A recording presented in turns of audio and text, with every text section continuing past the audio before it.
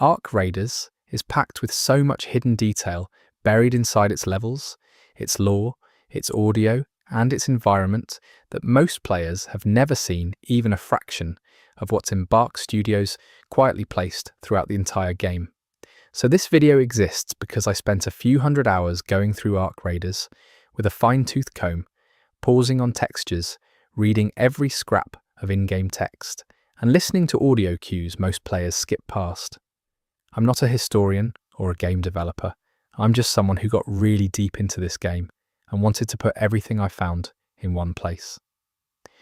When I was putting this together, I made a deliberate choice to lead with environmental details first, because I think the world of Ark Raiders tells its story through the spaces you move through more than through any dialogue or cutscene.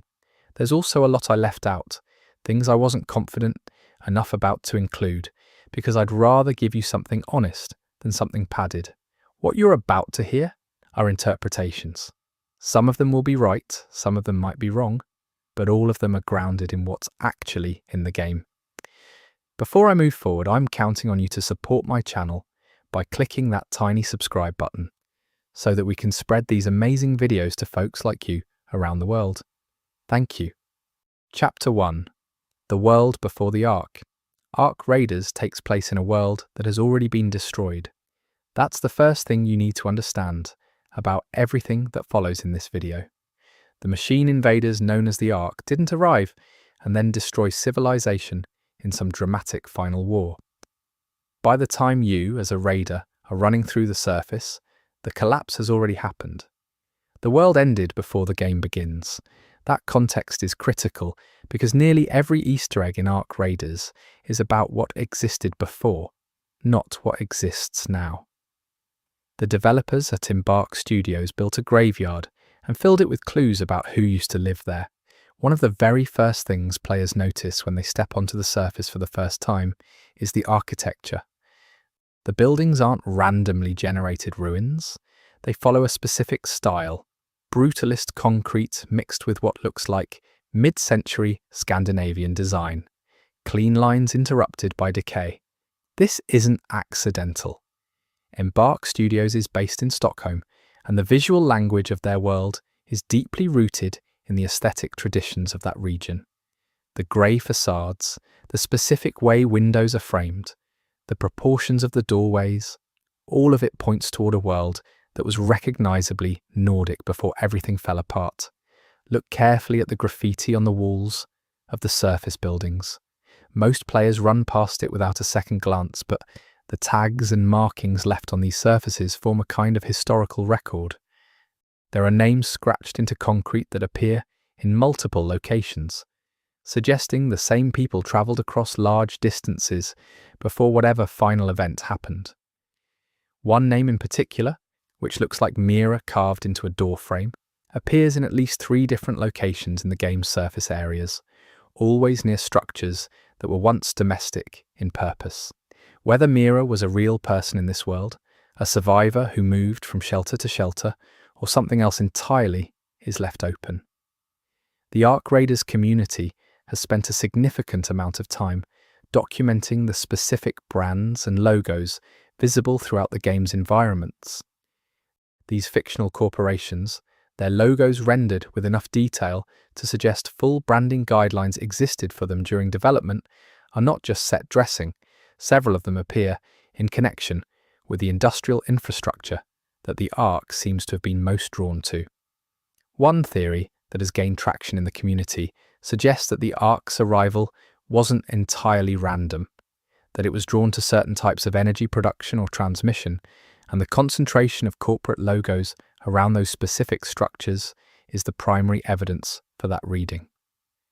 There is a recurring motif in Ark Raiders that most players never consciously register, but that affects how you feel while exploring. Almost every interior space in the game has a window positioned at a specific angle relative to whatever light source exists. This creates a consistent visual effect where shadows fall in particular ways across floors and surfaces. Players who have spent time in the game report that certain areas feel specifically melancholy or uncomfortable without being able to identify why. The lighting designers at Embark appear to have been very deliberate about this. Interior light in Ark Raiders almost always comes from the wrong direction, slightly off from where you'd expect it, creating a low-level sense of wrongness that feeds the game's atmosphere without ever drawing attention to itself. Several of the surface locations in Ark Raiders contain the remnants of what appear to be evacuation points. You can identify these by looking for specific visual cues, painted lines on the ground, specific signage that has faded but not disappeared, and the distinctive orange colour that emergency infrastructure tends to use. What's notable about these locations is what they're missing. There are no bodies. There are no signs of violence at these particular spots. The evacuation markers exist in isolation, pointing toward exits and routes that no longer lead anywhere useful. One possible reading of this detail is that the evacuation worked, at least partially, that people did get out, or at least tried to, and that the absence of remains at these specific points is intentional. The sound design in Ark Raiders is doing a lot of heavy lifting in terms of storytelling, and the pre-Ark world is no exception. When you enter certain buildings on the surface, specifically older residential structures, there is a faint audio layer that plays beneath the ambient wind and machine noise. It's easy to dismiss as environmental texture, but if you stop moving and listen carefully, it resolves into something that sounds like it was recorded in a real domestic space. There's a quality to it that suggests footsteps, muffled conversation through walls, the specific resonance of a room that has been lived in. This audio detail only exists in residential buildings. Industrial and commercial structures don't have it. The calendar system in Ark Raiders is one of the more obscure pieces of world building the game contains. Several locations have calendars or date-marked materials visible on walls. These aren't purely decorative. The dates follow a consistent internal chronology that suggests the game's fiction tracks time differently than our own calendar. Researchers in the community have mapped out the visible dates across multiple locations and found that they cluster around a specific period, suggesting that the final months before the Ark's arrival were unusually compressed in terms of recorded activity. More materials survive from the last few months of the pre-Ark world than from the years immediately before it, which suggests a period of intensified record-keeping, as if people knew something was coming. There is a type of plant that appears throughout Ark Raiders that is clearly designed rather than realistically simulated. It has a specific leaf shape and grows in a pattern that recurs in identical configurations across multiple surface environments. Botanically, this doesn't make sense. Natural plant growth doesn't replicate so precisely across different soil compositions and sun exposures. The consistency of this plant's appearance suggests it was engineered in some way, either a cultivated species that spread widely before the collapse, or something introduced more recently.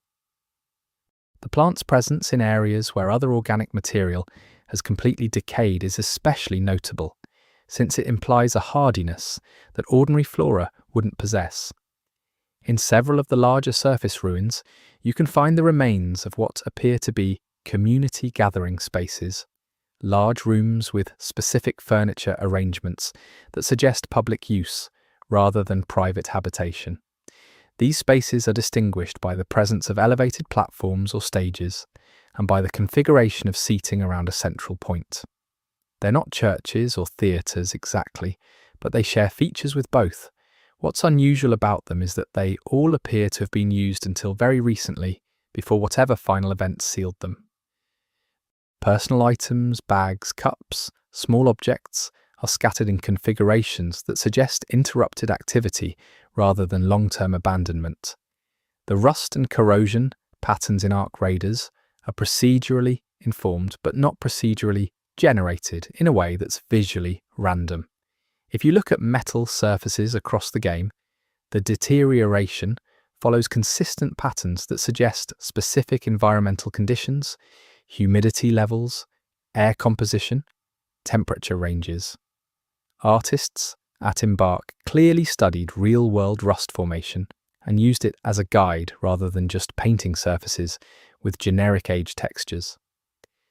This level of material accuracy is part of what makes Ark Raider's world feel lived in rather than designed, and it also encodes information about the game's environment if you know how to read it. One of the more poignant environmental details in Ark Raiders is the presence of children's objects in unexpected places. Toys, small shoes, items that clearly belong to young people appear scattered through the environment in ways that are never grouped or curated. They're just there, one at a time, in corners and under rubble. The game never draws attention to them. There's no achievement for finding them, no journal entry triggered by proximity. They're simply present, placed by artists who clearly wanted to communicate something about who lived in this world without stating it directly. The restraint involved in this choice is notable. It would have been easy to make these moments more explicit, more obviously meaningful, but the game leaves them quiet. The transportation infrastructure visible in Ark Raiders tells a specific story about the pre-Ark world's economy and priorities. Road systems, what appears to be light rail infrastructure, and a consistent pattern of warehouse and distribution centre placement all suggest a world that was heavily invested in logistics and movement of goods. The scale of some of these facilities is disproportionate to what you'd expect for population centres of the size implied by the residential architecture. This discrepancy points toward one of two things. Either the population was much larger than the surviving residential structures suggest, or this region was primarily a production and distribution hub rather than a population centre, a place where things were made and shipped, not primarily where people lived. Several specific buildings in Ark Raiders contain what appear to be research facilities. These aren't the dramatic, plot-significant laboratories that dominate science fiction games. They're mundane, the kind of research spaces that belong to universities or mid-tier corporate research departments. The equipment visible in these spaces is calibrated for very specific types of measurement and analysis, and the subject matter implied by the materials on the surfaces suggests research into electromagnetic phenomena. Whether this research predates the Ark's arrival or was conducted in response to early signals from it is something the game doesn't answer directly, but the community's consensus is that the former is more likely. The equipment looks too established to have been assembled in an emergency. The power grid of Ark Raiders' world is one of the most detailed pieces of infrastructure in the game, and it's almost entirely invisible to most players because it exists at the level of texture and background detail rather than gameplay-relevant interaction. But if you trace the power lines visible across the surface environments, following them from structure to structure, you can reconstruct something like a map of how the pre-Ark world's electrical distribution worked. And that map has a centre. There's a point toward which most of the visible infrastructure ultimately converges, and it's not obviously dramatic or notable when you're just moving through the game. It's worth finding. The food preservation visible in certain Ark Raiders locations is another detail that has attracted community attention. In some residential spaces, there are stockpiles of preserved food in configurations that suggest deliberate preparation rather than normal household storage. The quantities are wrong for ordinary consumption. Too much of certain things, nothing of others. This pattern of over-preparation in specific categories is consistent with people responding to anticipated scarcity, and the items that were stockpiled in the largest quantities are interesting because they're not the most calorie-dense or nutritionally complete options. The choices suggest emotional comfort as a priority alongside nutrition, which is a deeply human detail. Ark Raiders contains what appears to be a functioning weather system, but the weather it depicts doesn't behave like normal meteorological patterns. The storms that move across the surface environments follow consistent paths and have a periodicity that suggests they're generated by a specific source rather than by natural atmospheric conditions. Community members who have logged extensive surface time have mapped the storm patterns and found that they originate from specific cardinal directions depending on the time of day, a pattern that has no meteorological explanation, but does suggest an artificial or semi-artificial process. Whether this is connected to arc activity or to something else in the environment is one of the game's open questions. There are multiple locations in Arc Raiders where the ground itself has been altered in ways that suggest large-scale energy impact. The soil and surface materials in these areas show a specific type of vitrification, a glass-like transformation that in reality occurs when materials are exposed to extreme heat extremely quickly. Real-world examples include lightning-strike fulgurites and the aftermath of certain weapons tests. The pattern of these vitrified zones in Arc Raiders doesn't correspond to obvious attack patterns or impact craters, which makes them unusual. They appear in configurations that suggest either a very different mechanism of energy delivery or events that happened over a period of time rather than in a single moment. The water infrastructure in Arc Raiders is more detailed than it needs to be for a game of this type. Pipes, valves, drainage systems, and what appear to be cisterns and collection points are present throughout the environment at a level of specificity that goes beyond set dressing. The water systems of the pre-Arc world appear to have been designed for conditions of scarcity. The collection and storage infrastructure is oversized relative to what would be needed for the population implied by other environmental evidence. This suggests either that this region was historically water-stressed, or that the designers of this infrastructure anticipated future scarcity. Another data point in the argument that people in this world had advance warning of what was coming. One of the recurring structural features in Arc Raiders that players rarely comment on is the presence of observation points, elevated positions on buildings, and natural features that offer wide views of the surrounding terrain. These aren't just gameplay vantage points. When you look at them as architectural features, they have the characteristics of purpose-built observation infrastructure, reinforced positions, consistent sightlines, evidence of equipment mounting even when the equipment itself is gone. These observation posts predate the Arc's arrival.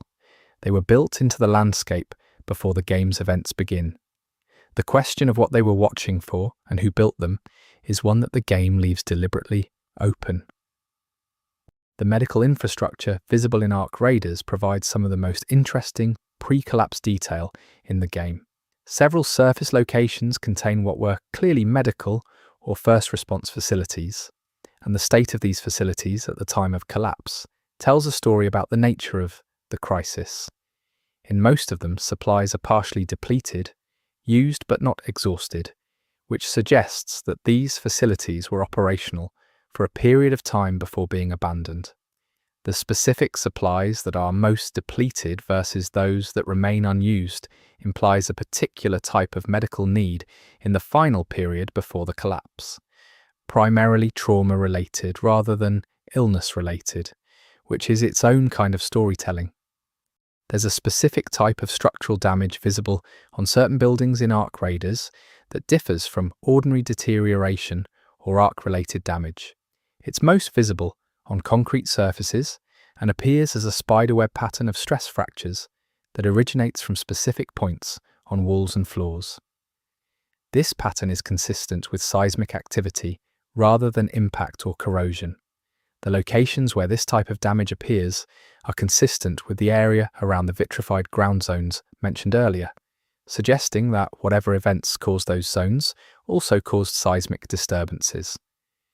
Whether this was a side effect of arc activity or of something else is unclear, but the damage pattern is internally consistent across multiple locations.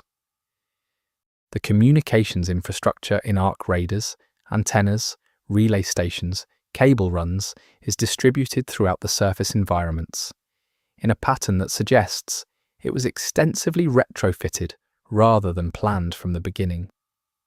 The original infrastructure has a specific visual character, and then there are clearly later additions and modifications that use different materials and mounting approaches. This layering of different generations of communications technology tells a story about a world that was constantly trying to improve or expand its networks, a process that apparently continued right up until the collapse, given the state of some of the more recent-looking installations. Several Ark Raiders locations contain what appear to be personal archives, collections of physical media and storage devices that someone assembled and maintained carefully before the collapse. The curation visible in these archives, the ordering, the labelling, the protective measures taken, suggests people who believed this information had long-term value and needed to be preserved. The subject matter implied by the labelling and organisation of these archives points toward an interest in historical records, specifically records of what this region and its people were like before a particular period of change. Someone was preserving memory deliberately, which suggests they anticipated a time when that memory would be needed. The furniture and interior design visible in Ark Raiders' residential spaces is consistent across a wide range of locations in ways that suggest not just a shared aesthetic culture, but shared economic conditions. The furniture across different households is similar in quality and origin. It's the furniture of a middle-class society with limited variety. There are very few examples of either extreme poverty or extreme wealth in the residential environments of Ark Raiders. The world this game depicts before the collapse was one of relative material equality, at least at the level of what you see in the homes. Whether that equality was achieved through policy, through economic conditions, or through some other mechanism is left unaddressed. The lighting fixtures in Ark Raiders' interior spaces are interesting because they represent multiple generations of technology installed in the same spaces. The oldest fixtures are incandescent types, bulky, inefficient, clearly from an early period of the world's electrical infrastructure. Layered over those are more efficient types, clearly retrofitted. And then in some spaces, there are the most recent installations, a completely different design language, suggesting a significant technological shift happened sometime before the collapse. The coexistence of these different generations in the same spaces suggests a society that updated incrementally rather than wholesale, keeping older infrastructure functional while adding new elements around it. One of the things Embark has been praised for internally, at least in developer communications around the game, is the attention paid to the specific textures of materials, not just visually, but in terms of how they interact with light. Several surfaces in Ark Raiders have a quality that players describe as photorealistic, even in the context of the game's stylized overall visual language. This material quality is consistent across all surfaces made of the same material, suggesting that artists worked from physical reference rather than from approximation.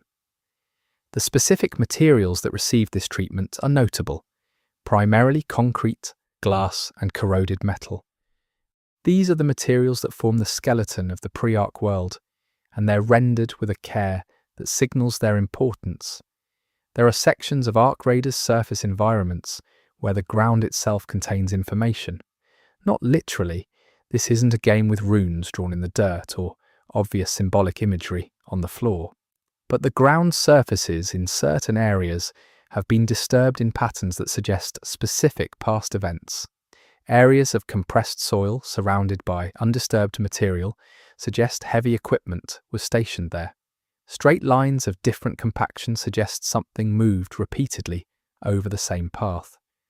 Reading the ground of Ark Raiders, like a field Archie Continue 2002ologist, is its own kind of Easter egg experience, and one that the game's environmental artists clearly invited by making the ground surfaces complex enough to reward that attention. The absence of certain things in Ark Raiders is as meaningful as the presence of others. There are almost no personal photographs visible in the game's environments. In a world full of small domestic objects, the specific category of personal photography is nearly absent. A few locations have what appear to be framed images on walls, but even these are rendered at a resolution and distance that makes them impossible to read clearly. Whether this is a deliberate narrative choice, suggesting that the personal and the sentimental were the first things people took with them when they fled, or whether it reflects an artistic choice to leave faces and identities ambiguous, the effect is the same. The world of Ark Raiders is populated by evidence of anonymous lives. The vehicles visible in Ark Raiders are among the most carefully rendered objects in the game's environments. Each one is unique, with specific wear, damage, and abandonment states that tell small individual stories. A vehicle parked deliberately, wheels turned toward the curb, suggests a driver who thought they'd be coming back. One stopped in the middle of the road, door open, suggests something more abrupt. These vehicle narratives are distributed throughout the surface environments, without any guidance system pointing you toward them. They're just there for players who look closely enough to notice and interpret them. Several of the surface structures in Ark Raiders contain basements or sub-level spaces that are accessible but not obviously highlighted as points of interest. These spaces tend to have a different character than the surface-level environments, darker, more contained, with evidence of different types of use. Some of them appear to have been living spaces. People moved underground at some point before the collapse. The underground spaces show signs of extended occupation in ways that the surface spaces don't.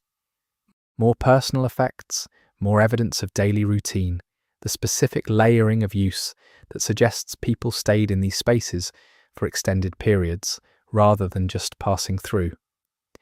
The Ark Raiders community has developed a fairly detailed map of what they call signal buildings, structures that appear to have some relationship with the Ark's activity based on their state of damage and the specific visual effects present around them. What's notable about these buildings is that their apparent relationship with the Ark doesn't fit a simple pattern of attack and destruction. Some are heavily damaged, some are nearly pristine, some show a specific type of alteration that looks less like damage and more like repurposing. Whether the Ark was attracted to certain buildings, indifferent to others, or selectively modifying some of them, is something the game suggests without explaining. The navigation aids that exist in Ark Raiders environments form an interesting category of hidden detail. Throughout the surface areas, there are subtle wayfinding elements embedded in the environment, small directional indicators, consistent color coding on certain structural elements, patterns that don't obviously serve a functional purpose, but that create coherent paths if you follow them. These weren't put in for the player's navigation benefit, they were placed as part of the pre-collapse world's infrastructure. The people who lived in this world used these markers to navigate the built environment, and they're still there, still pointing toward things that may or may not still exist. In Ark Raiders, the distinction between what the Ark has affected and what time alone has decayed is never made explicit in the user interface, but it is encoded in the visual language of the materials themselves. Time decay has a specific character in the game: slow, organic, irregular. Ark-related alteration has a different character: sharper, more systematic, with a quality that suggests transformation rather than just degradation. Once you learn to read this distinction, the surface environments of Ark Raiders become a much more complex document. You can look at a damaged structure and ask not just what happened to it, but when and by what mechanism. The shadows in Ark Raiders are worth examining carefully. Not in a technical sense, though the shadow rendering in the game is technically sophisticated, but in terms of what they reveal about the positions of objects that no longer exist. In several locations, shadows fall in configurations that don't match the visible geometry of the space. A shadow that implies a wall that isn't there. A darkness in a corner that suggests a structure above the camera's frame. These shadow anomalies are not rendering errors. They appear to be deliberate, placed there to suggest the former presence of things that have since been removed or destroyed. There are recurring numerical patterns in Arc Raiders that players have documented extensively. The most commonly noted one involves the number 7, specifically in configurations like 7 objects of a type, 7 marks on a surface, 7 windows on a facade. This number appears often enough in enough different contexts to suggest it was meaningful in the world's culture before the collapse. But the game provides no explicit context for what that meaning might have been.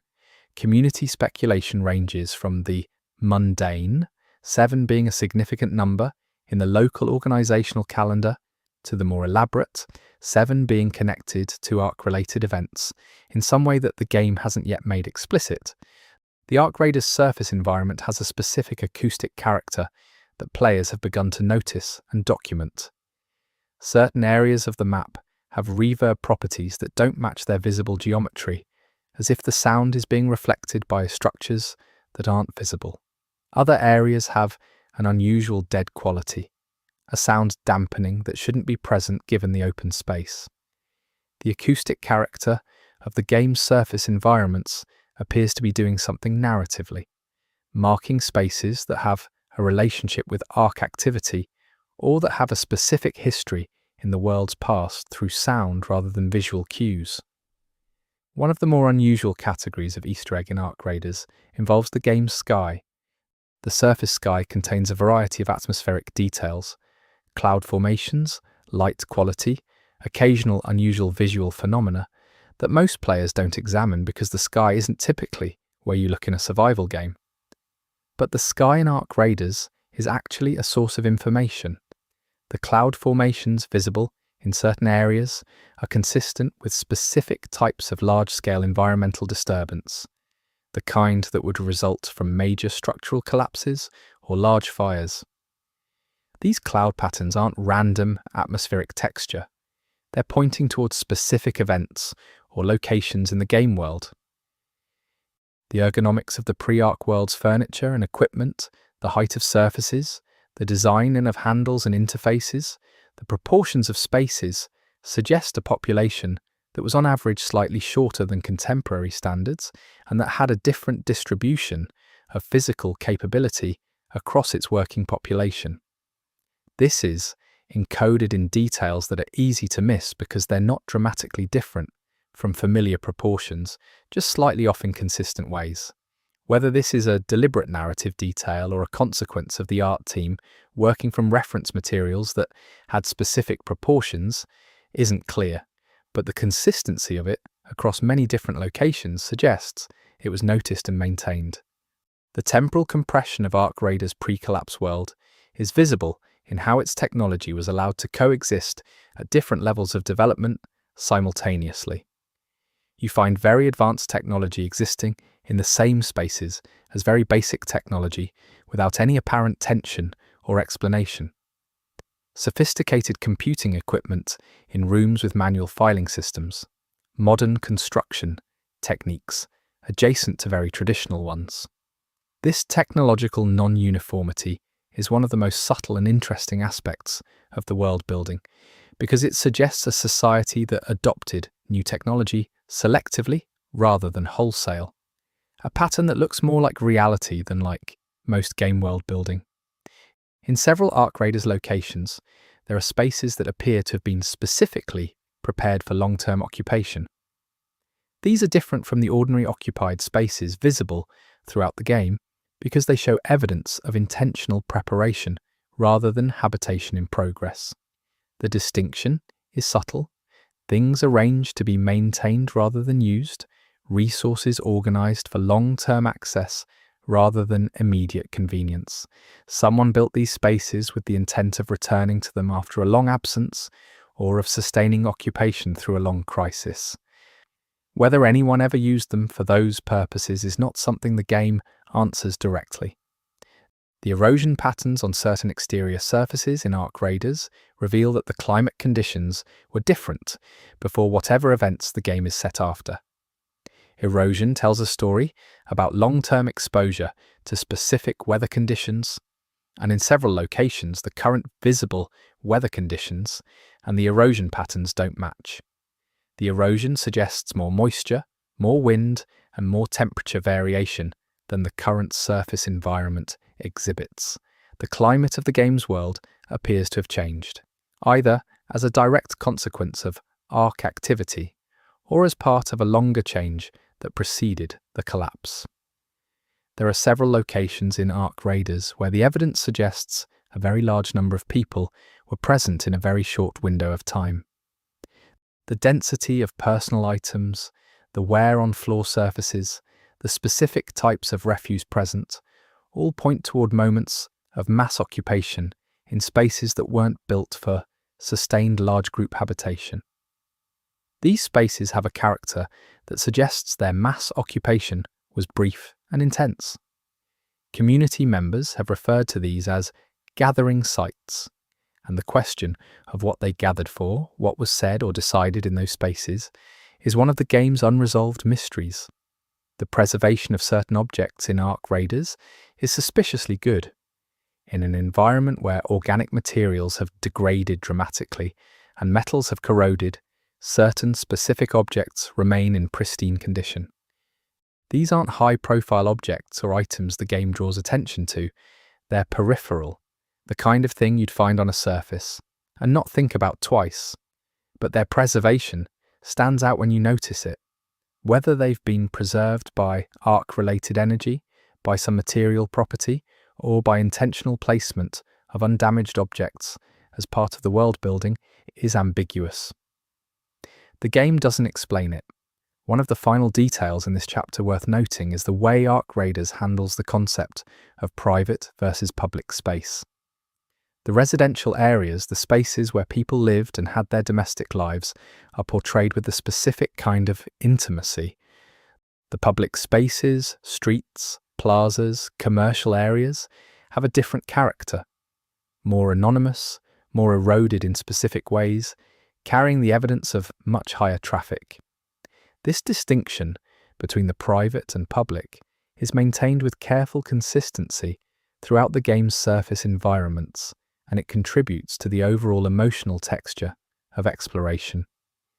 The private spaces feel like intrusion. The public spaces feel like aftermath. Chapter 2: The Ark Itself. Understanding what the Ark actually is, as opposed to what it does, is one of the central interpretive challenges of Ark Raiders.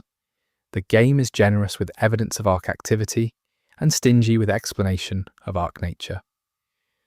What follows in this chapter is a reading of the environmental and audio evidence for what the Ark might be, grounded in what's actually in the game. The visual design of Ark units is one of the clearest sources of information about the nature of the Ark itself. Unlike many science fiction games that give their machine enemies a recognizably mechanical or technological aesthetic, Ark units have a quality that sits in an uncomfortable space between mechanical and organic. The surfaces of Ark units aren't smooth and factory perfect. They have a texture that suggests growth or accretion rather than manufacture. Individual Ark units look like they developed their current form over time, rather than being produced in a single construction process. This visual quality is consistent across the entire range of Ark unit types visible in the game. The way Ark units move is another important source of information, and it's something that players often register emotionally before they analyze intellectually. Ark movement doesn't follow the logic of machine locomotion. The joints and connection points of Ark units don't move the way you'd expect mechanical joints to move. There's a quality of adaptation in how they navigate terrain, a responsiveness to the specific surface they're crossing that suggests something more like the movement of an organism than the operation of a machine. The development team clearly spent significant time on Ark locomotion specifically because movement communicates nature, and what Ark movement communicates is ambiguity about whether these things are truly machines at all. The audio signature of the Ark is one of the game's most important and least discussed Easter eggs. Ark units don't sound like machines. They sound like machines that have layered something else over a mechanical core. Beneath the grinding and clicking and electromagnetic noise that you'd expect from machine entities, there are audio layers that don't belong. Low-frequency elements that sit right at the edge of human perception. Tonal qualities that are consistent with organic resonance rather than mechanical vibration. The audio designers at Embark constructed ARC sounds from a combination of processed mechanical recording and processed organic recording, and the seams are audible if you know to listen for them. One of the most discussed ARC-related visual details in the community is the specific color palette that ARC activity leaves behind. Surfaces that have been in proximity to ARC units or ARC energy show a consistent shift in their color properties, a particular range of blues and silvers that differ from normal corrosion or oxidation. This color signature is distributed throughout the game's surface environment in ways that extend well beyond the obviously ARC-affected zones, suggesting that ARC presence has been far more extensive and prolonged than the current state of the game's events would immediately imply. The color signature is everywhere. The damage patterns that ARC units create when they destroy structures are different depending on the type of ARC unit responsible. Community members who have studied these patterns extensively have found that different ARC types leave damage signatures as distinctive as fingerprints. What this implies is that ARC units aren't interchangeable components of a single system, but are instead differentiated entities with distinct operational characteristics. Whether this differentiation is the result of a designed hierarchy or of something more like individual variation, the way organisms of the same species vary is one of the interpretive questions the game raises without answering. There are locations in ARC Raiders where ARC units appear to have stopped and remained stationary for extended periods without an obvious tactical reason. The evidence for this is in the physical effects on the ground and surrounding surfaces, the specific types of material alteration that result from prolonged proximity to ARC energy. These stationary positions are sometimes in places that make no tactical sense, no commanding view, no defensive advantage, no obvious resource. The best interpretation of these sites is that they represent something like ARC behavior that isn't purely functional, pauses perhaps that serve a purpose that isn't military or operational. The ARC's interaction with water is a detail that has attracted community attention because it's inconsistent in ways that seem deliberate. In some environments, ARC units navigate through water without any apparent effect on either the units or the water. In other environments, ARC-water interaction produces very different results, specific types of electromagnetic effect, alteration of the water's surface properties, effects that suggest a different kind of ARC unit or a different set of environmental conditions is present. The inconsistency in how ARC units interact with water is either an artifact of environmental conditions in the game world, or it's a clue about the range of ARC unit types and their different operational parameters. The hierarchy of ARC units, the sense that some types are superior or command adjacent relative to others, is implied through behavior rather than stated directly. Smaller ARC units in proximity to larger ones behave differently than they do when alone.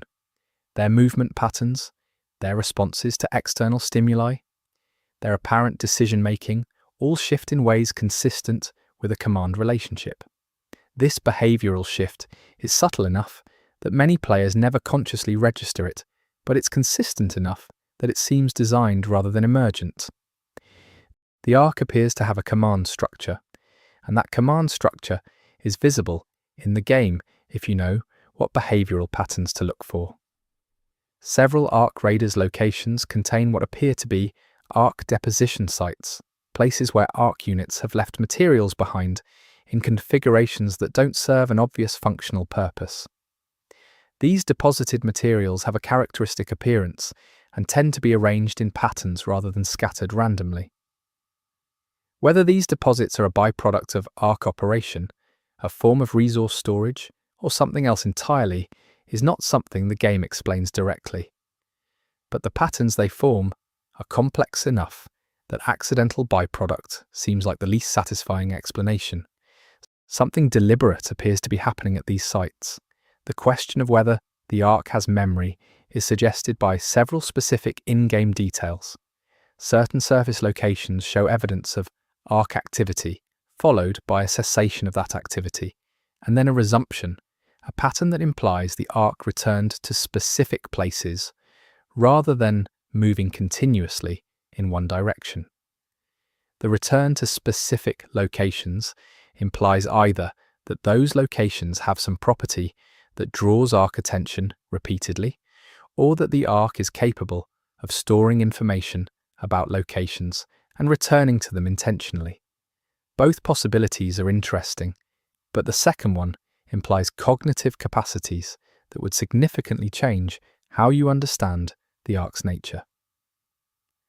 The visual effect that Ark units produce on the sky above them is one of the subtler environmental details in Ark Raiders.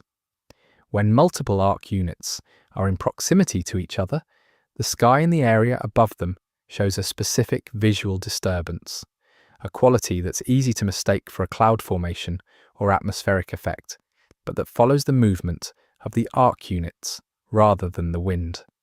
This atmospheric effect is consistent with large-scale electromagnetic activity, the kind of effect that very powerful radio or microwave emitters produce on atmospheric moisture and particles.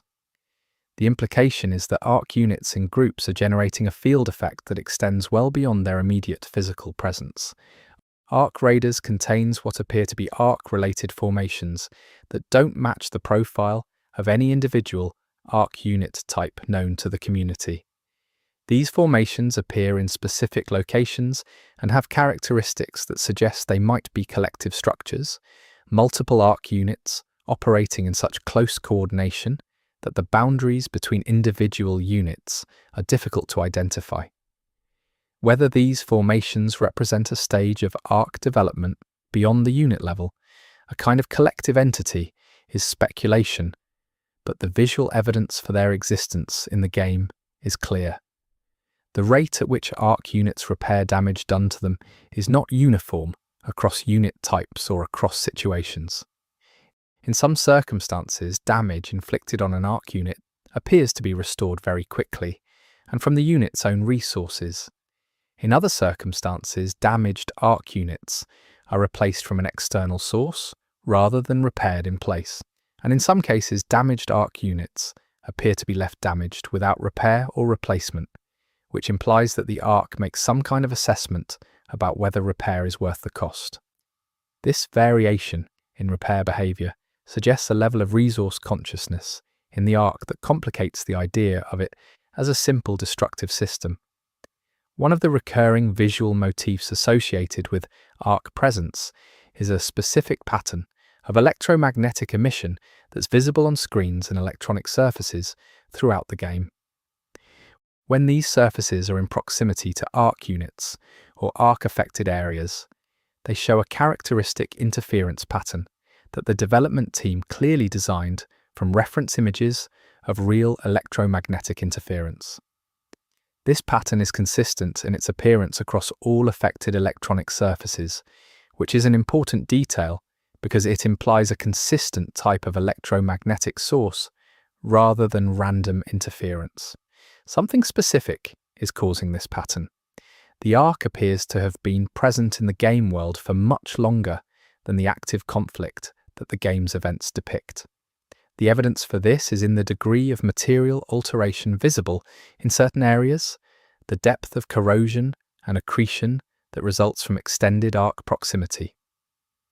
Material change takes time, and the degree of change visible in certain locations implies an Ark presence measured in years rather than months.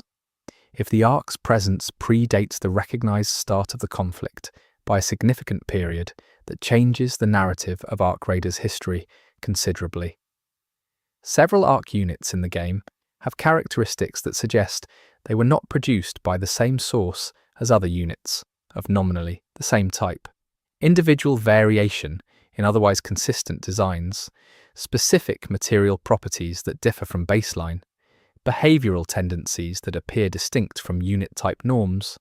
All of these point toward arc units that might have a different origin history. Whether this reflects a diversity of manufacturing sources within the arc, units that were modified after initial production, or something else, these variant units are a consistent presence in the game and a source of significant community speculation. The interaction between arc units and organic materials is one of the game's most suggestive and least discussed details. Arc units do not destroy organic material uniformly. In some cases, organic material in proximity to arc units is left completely intact. In other cases, it's destroyed or heavily altered. In still other cases, it's transformed in ways that suggest integration rather than either preservation or destruction. The specific conditions under which each of these outcomes occurs are not obvious, but they appear to be consistent rather than random, which means there is a logic to how the arc relates to organic life that the game has not yet made explicit. The specific types of environment that the arc has prioritized for most intensive activity are not randomly distributed. Community researchers have mapped arc activity intensity against environmental type and found consistent patterns. The arc is most intensively active in areas with high concentrations of certain types of infrastructure, most notably power-related infrastructure. The arc's relationship with power generation and distribution appears to be a fundamental aspect of its activity in the game's world, whether as a resource to be consumed, a system to be integrated, or something else. The arc units in Arc Raiders are never depicted communicating with each other through any mechanism that's perceptible to the player as conventional communication. They don't appear to transmit radio signals to each other, at least not in any way that produces a visible or audible effect the player can detect, and yet they clearly coordinate. They adjust their behavior in response to what other units do. They form tactical relationships. They respond collectively to stimuli that affect only individual units. The mechanism of this coordination is one of the game's most interesting implied mysteries. One of the more unusual arc-related details in the game is the presence of arc units in states that appear to be inactive without being damaged. These units show no signs of combat damage, they're simply not active. They're in poses that suggest they were active at some point, mid-motion, rather than placed in a resting configuration, as if they simply stopped. Whether these are units that have been deactivated by some external signal, units that have run out of whatever resource powers them, or units in some kind of dormant state is not something the game explains, but their presence in the environment, scattered among active units without obvious distinction from a distance, is a notable detail. The specific materials from which arc units appear to be constructed are an interesting area of community research because some of them appear to be materials that don't exist in the game world's native environment. At least they don't appear anywhere in the pre-arc world's material record that's visible in the game's environments. If arc units are made of materials that aren't native to this world, that's a significant data point about the arc's origin. The behavior of the arc in response to player actions is calibrated in ways that suggest the arc is capable of something like tactical learning, or at the very minimum, tactical memory within a session. Arc units respond to repeated use of the same approach with increasing countermeasures, a pattern that would be unremarkable in a well-designed game AI system, except that these specific countermeasures deployed show a progression that implies they're selected from a range of options rather than triggered by a script. Whether this is truly emergent tactical adaptation or a sophisticated scripted response system is a question about game design rather than game fiction, but it affects how you read the fiction. The Arc Raiders community has documented what they call arc songs, specific recurring audio patterns in the arc's electromagnetic emissions that appear with enough consistency and regularity to suggest they're intentional rather than random. These patterns appear in very specific environments and under specific conditions, and their emotional quality, which players describe variously as mournful, triumphant, or simply alien, has sparked significant discussion about what they might mean. Whether the ark's electromagnetic emissions include intentional signal is one of the game's deepest implied questions. The presence of the ark has specific effects on the game's flora that are worth examining. Certain plants near ark-active areas show growth patterns that differ from the same plant species in ark-inactive areas.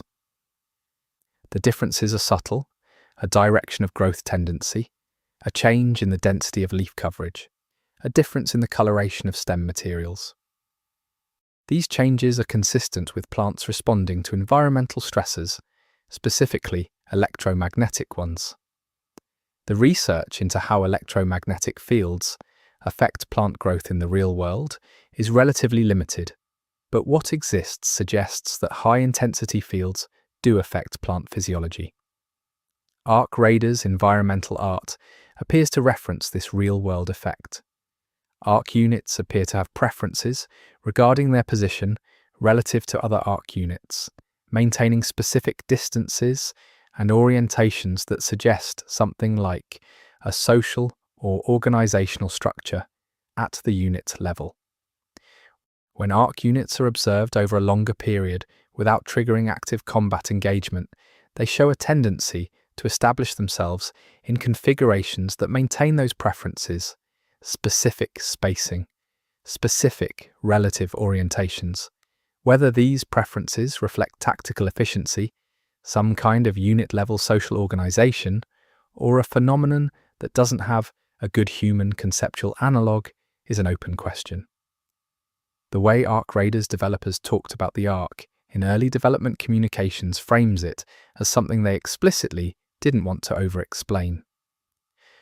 Multiple interviews with Embark team members reference a deliberate decision to keep the nature of the Ark ambiguous, to present it as something the player encounters and tries to understand, rather than something that gets explained. This design philosophy is visible throughout the game's environmental storytelling, where Ark-related details are plentiful, but explanatory context is scarce. The Easter eggs in this chapter are, in a sense, the primary text, and there is no footnote. The scale of Ark units ranges across a spectrum that isn't immediately obvious from gameplay, because larger Ark entities appear in contexts that don't allow for easy size comparison. But when you find reference objects of known size near larger Ark entities and look at the proportional relationship, the scale of the larger archetypes is striking. The largest visible Ark entities are substantially larger than anything depicted in most of the game's combat scenarios. What's interesting is that these larger entities don't seem to be simply scaled-up versions of smaller ones. They have different structural features, different apparent functions, and a different relationship with the environment around them. The final detail in this chapter is about Ark behavior near what appear to be Ark deposition sites mentioned earlier. When Ark units of any type are in proximity to these sites, their behavior changes in ways that are subtle but consistent. They slow down. They pause more frequently. Their movement patterns change from efficient pathfinding to something that looks more like circling or orbiting. These behavioral changes near deposition sites suggest that the sites have some significance to Ark units that isn't purely functional, and that significance is reflected in behavioral changes that could, if you squint at them with a particular interpretive lens, look like something approaching reverence. Chapter 3. The Raiders. The Raiders, the human characters, who form the player's perspective in Ark Raiders, are not just a gameplay conceit.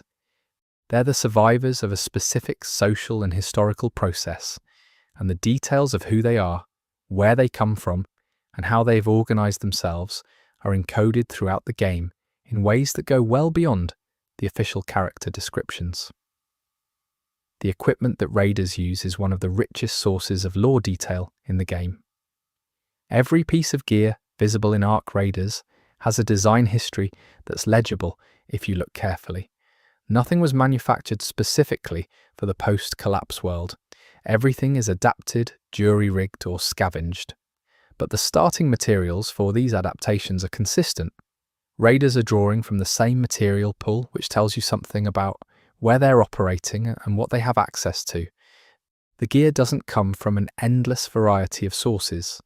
There are clear clusters of origin, which implies geographic proximity to certain types of pre-collapse infrastructure. The relationship between raiders and the underground environments they operate from is one of the game's most understated bits of world building. The underground raider settlements are not military bases or survival bunkers in the conventional game sense. They're communities with all the informal complexity that implies. The way space is used in raider settlements, the informal divisions of territory and function that have emerged without formal planning, tells a story about communities that formed quickly under pressure and have been developing their social structures in real time. The settlements look lived in a specific way that suggests people who are making the best of circumstances they didn't choose. The specific skills that raiders display in gameplay, the ability to navigate complex terrain, to operate salvaged equipment, to engage effectively with ARC units, don't belong to a single pre-collapse professional category. Raiders aren't all former military, they're not all former engineers. The skill set represented in Raider gameplay is a composite of multiple different professional backgrounds, which implies that the raiding community is drawn from a cross-section of the pre-collapse population rather than from any specific professional class. This is supported by the variety of backstory details visible in Raider-associated environments. The clothing visible on raiders is another source of detail that repays close attention. Nothing any raider wears was made for the current situation. Every garment is adapted from pre-collapse clothing, modified for the functional requirements of surface work. But the pre-collapse origins of these garments are legible, and they tell you something about who these people were before. Work clothes, sports clothes, professional clothes, all repurposed for something their designers never intended. The Raider aesthetic isn't a designed post-apocalyptic fashion, it's the natural result of people using what they had. The language patterns visible in Raider communications, both in the audio of Raider NPCs and in the written materials associated with Raider settlements, have a specific character that suggests a community in the process of developing its own linguistic identity. Pre-collapse professional jargon from multiple fields, military, technical, commercial, has been mixed together and modified to serve new meanings. New terms have emerged to describe the specific features of the post-collapse world that have no pre-collapse equivalents. This linguistic development is one of the most realistic aspects of Arc Raiders world building, because real communities under sustained stress do develop distinctive language, and the game captures that process convincingly. The hierarchy within Raider communities is implied through environmental detail rather than stated directly. The positioning and condition of spaces in Raider settlements tells you something about their relative status and importance in the community's informal organization. Who gets access to what space, who has the most defensible position, whose area of the settlement is most maintained. All of these spatial cues encode a social structure that the game never explains in expository dialogue. The Raider community hierarchy is visible in the architecture of the spaces they've created for themselves. The relationship between different Raider groups is one of the game's more obscure narrative threads. There appear to be multiple distinct communities that all use the Raider designation, and they have a complex relationship with each other that's somewhere between allied and competitive. The evidence for this is in the way different Raider settlement environments are decorated and marked, the specific symbols used for territorial indication, and the subtle differences in the adapted equipment visible in different community spaces. These differences suggest separate communities that haven't fully merged despite sharing the same fundamental situation. The food culture of raider communities is something the game depicts with quiet detail. What raiders eat, how they prepare it, where the food comes from, all of this is encoded in the environmental details of settlement spaces. The nutritional logic of raider diets, the specific combination of available ingredients that would result in the food preparation evidence visible in settlements, reflects real-world thinking about post-industrial survival nutrition rather than the romanticized subsistence of most post-apocalyptic fiction. Raiders eat well enough to function effectively, but the food is boring, which is probably realistic. The way raiders have organized their medical knowledge and practice is another area where the game shows its thinking. Raider medical spaces are not hospitals or even clinics in a conventional sense. They're pragmatic spaces that combine whatever medical equipment could be salvaged with improvised alternatives and the specific knowledge base that whoever ended up being the medic brought with them. The evidence of raider medicine visible in settlement environments suggests a community that's adapting its medical practice to available resources in real time, which means their medicine is getting better over time as they learn what works with what they have. The spiritual or ceremonial life of raider communities is the most elusive aspect of their social organization in the game. There are spaces in raider settlements that appear to serve some function other than practical survival, spaces that are maintained and used but that don't correspond to any obvious functional category. These spaces tend to be quieter, better maintained than their surroundings, and marked with specific symbols or objects that appear to have been chosen for their significance rather than their utility. What happens in these spaces, what they mean to the people who use them, is something the game leaves entirely to interpretation. The children in raider communities, their presence implied through the scale and nature of certain objects in settlement environments, are one of the details that most affects the emotional character of the raider world. A community that has children is a community that has decided to persist, that has made a collective decision to keep going despite the cost. The presence of child-scaled objects, child-appropriate activities, educational materials adapted for the current situation, all suggest communities that are investing in their own future with a kind of determination that the game never makes explicit, but that is present in these details. The relationship between raiders and the pre-collapse world is complex and ambivalent, visible in the way raider communities use and relate to pre-collapse materials and spaces. They depend on pre-collapse infrastructure, absolutely. Their survival is impossible without it.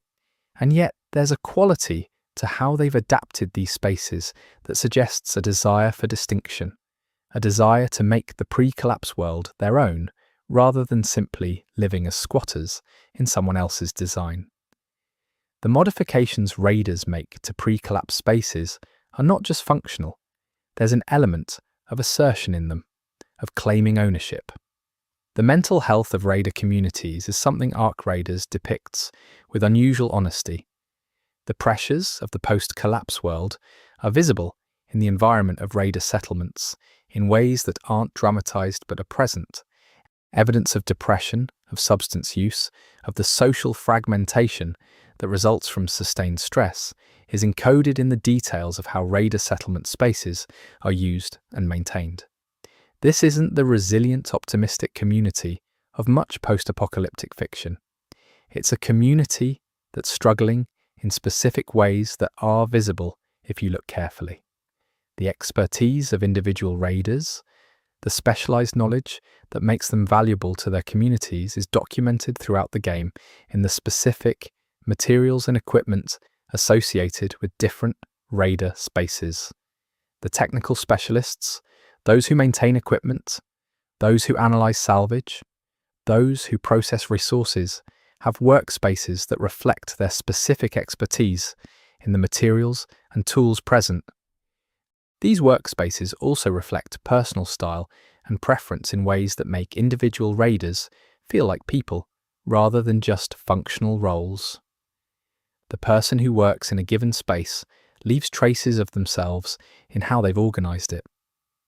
The education of young raiders is one of the most quietly affecting narrative threads in the game.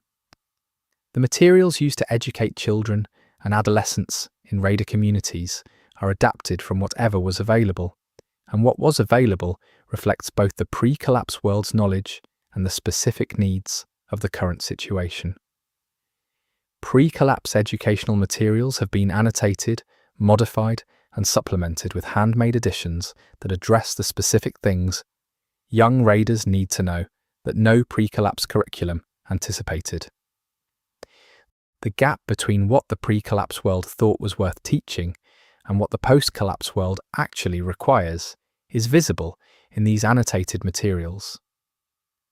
The relationship between raiders and the Ark has clearly been transformed over time by accumulated experience.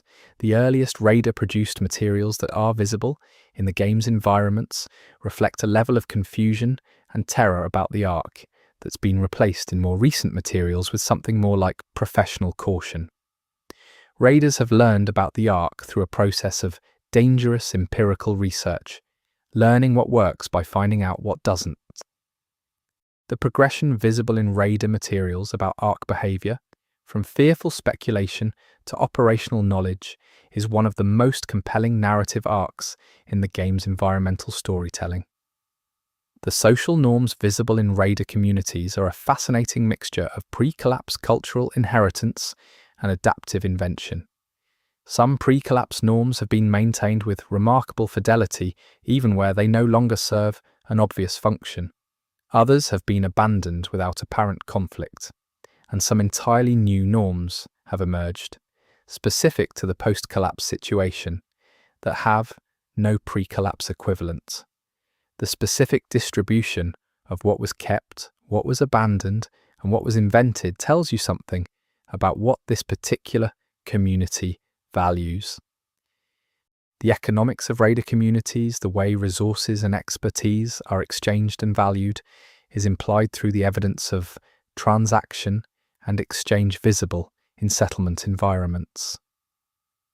The economy isn't purely survival functional. It includes exchanges for items and services that serve social and cultural needs, as well as material ones. The specific things that raider communities treat as valuable, beyond the obvious survival resources, reflects their values and their sense of what makes life worth living under these conditions. The leadership of raider communities is another aspect of their social organisation that the game depicts through environmental implication rather than direct statement. The spaces associated with raider leadership are distinguished not by obvious markers of status, but by functional characteristics. They're positioned for information flow. They're spaces where multiple streams of community activity converge. They have the evidence of decisions made and documented. Raider leadership appears to be operational rather than ceremonial, visible in function rather than in symbol. The aging and death of raiders is handled in the game's environmental storytelling with the same quiet honesty as other difficult aspects of the raider situation. Evidence of both is present in settlement environments without dramatics. The spaces maintained by and for raiders who have grown old in the post-collapse world have a specific character, and the memorial practices visible in raider settlement areas reflect community choices about how to acknowledge death that don't map neatly onto any pre-collapse tradition. These practices appear to be developing, adapting over time as the community accumulates experience with loss. The role of humour in raider communities is something the game captures through the small, informal details of settlement spaces. The jokes and small provocations visible in raiders' private spaces, the light touches in an otherwise difficult existence, are there if you look. They're not highlighted or commented on.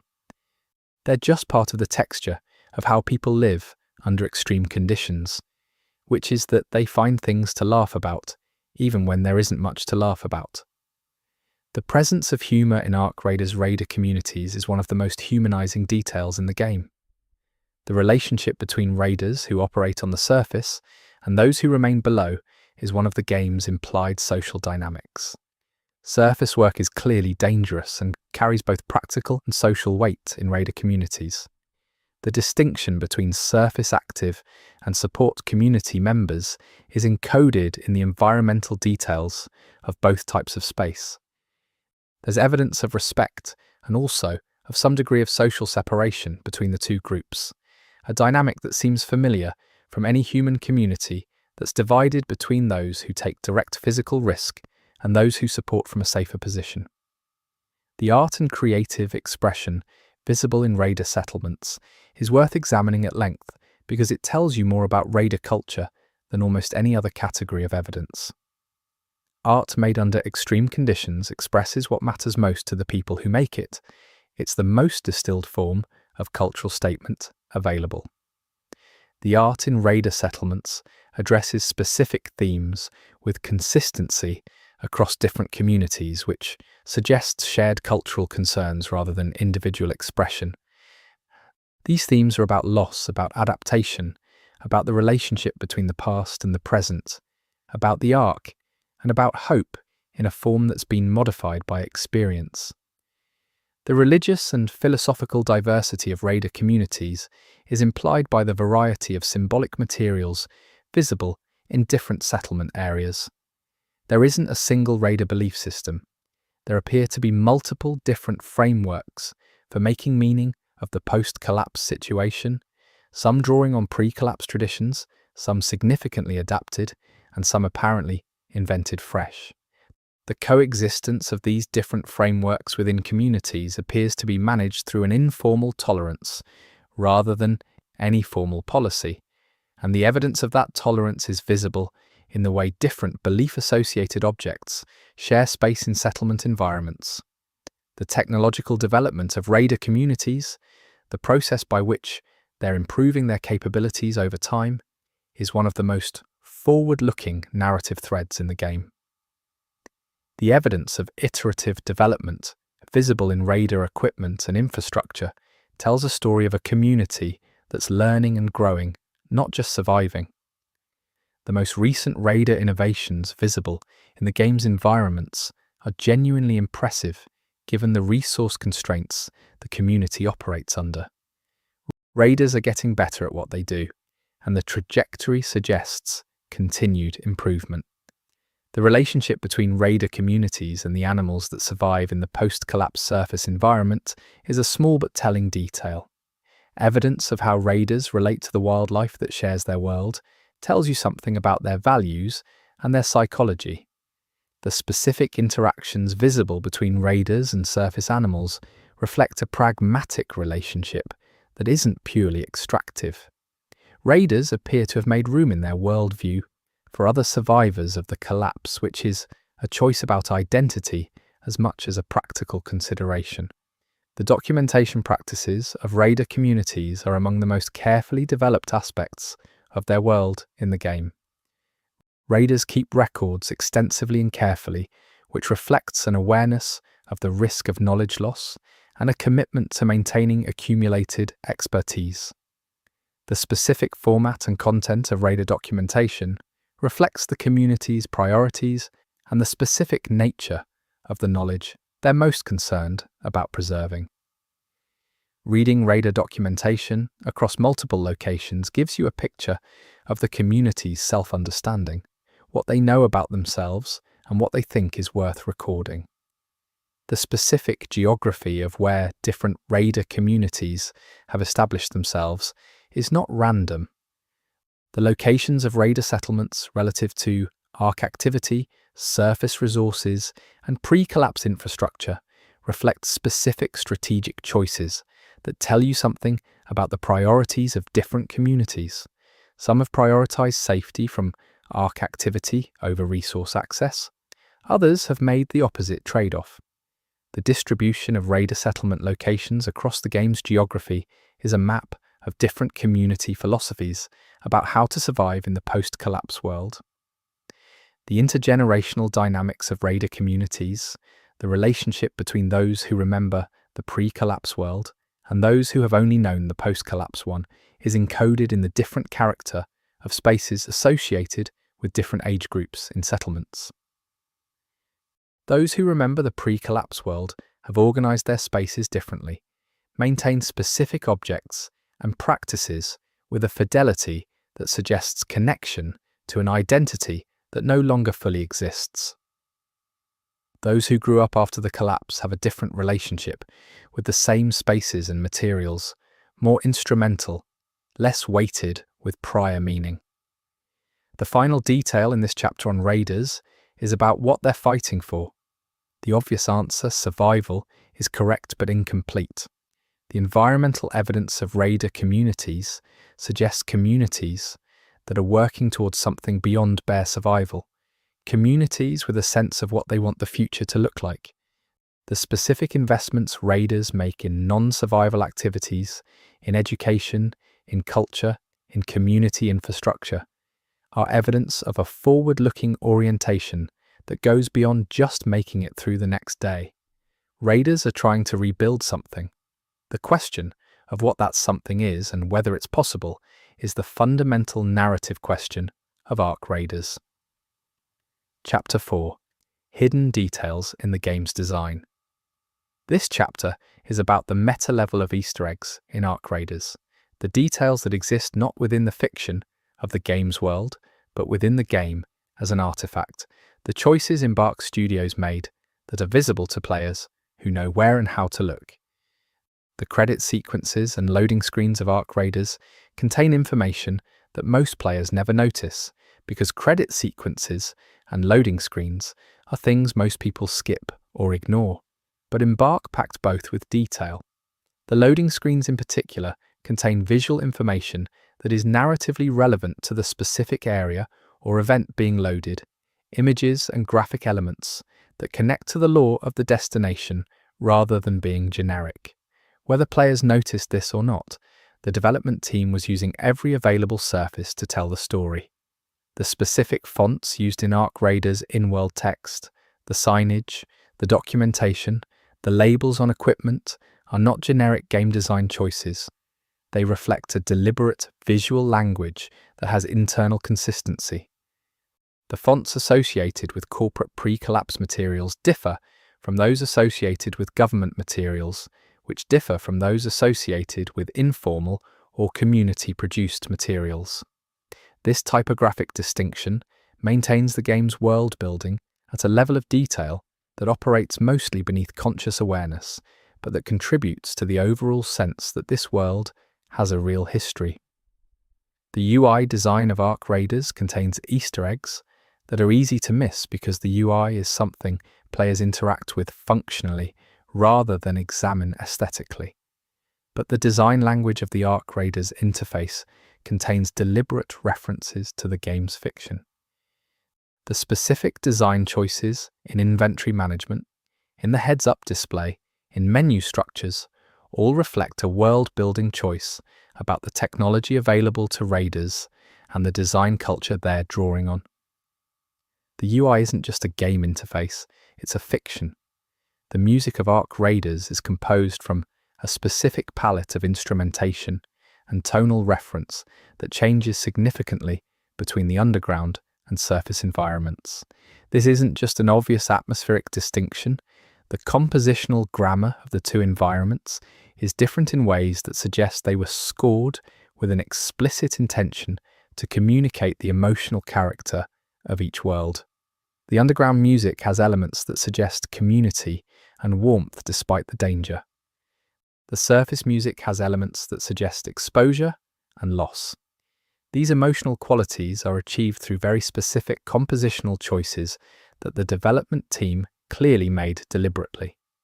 The sound design team at Embark has confirmed in multiple interviews that they recorded sounds in specific real-world locations as reference for Ark Raiders' environmental audio.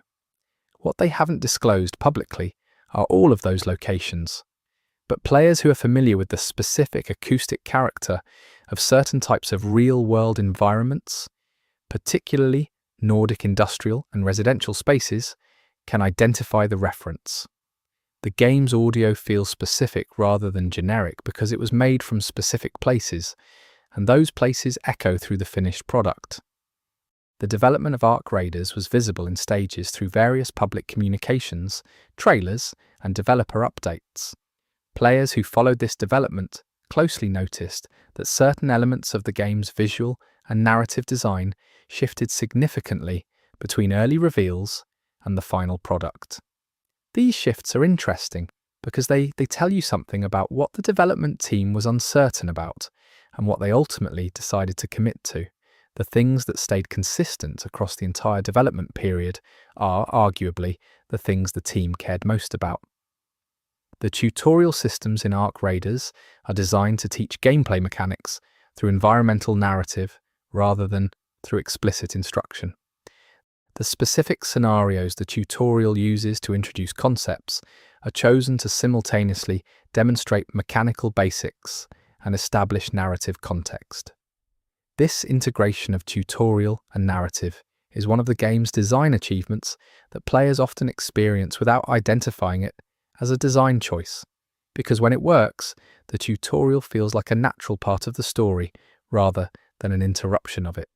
The difficulty calibration of Arc Raiders contains what might be called an interpretive Easter egg. The game's challenge isn't uniformly distributed across different types of play. Certain types of engagement with the game are harder than others, in ways that have narrative logic if you map them against the game's fiction. The activities that are most dangerous in the fiction are also the activities that are most mechanically challenging in the game, which is an alignment of mechanical and narrative logic that required deliberate design effort to achieve.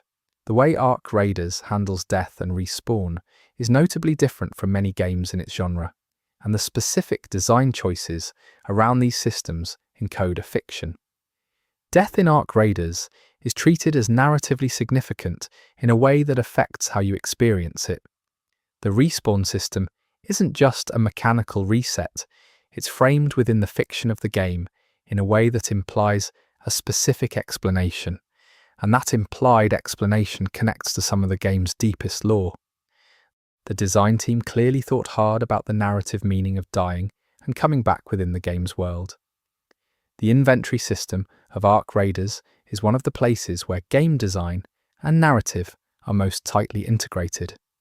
The specific ways in which items can be carried, combined, and used reflect a realistic model of what a raider would actually be doing physically, and the limitations of the system are the limitations of a person in this situation, rather than abstract game design constraints. Decisions about what to take and what to leave behind have an emotional weight in Arc Raiders. That's partly the result of mechanical scarcity and partly the result of the narrative context those mechanical decisions operate within.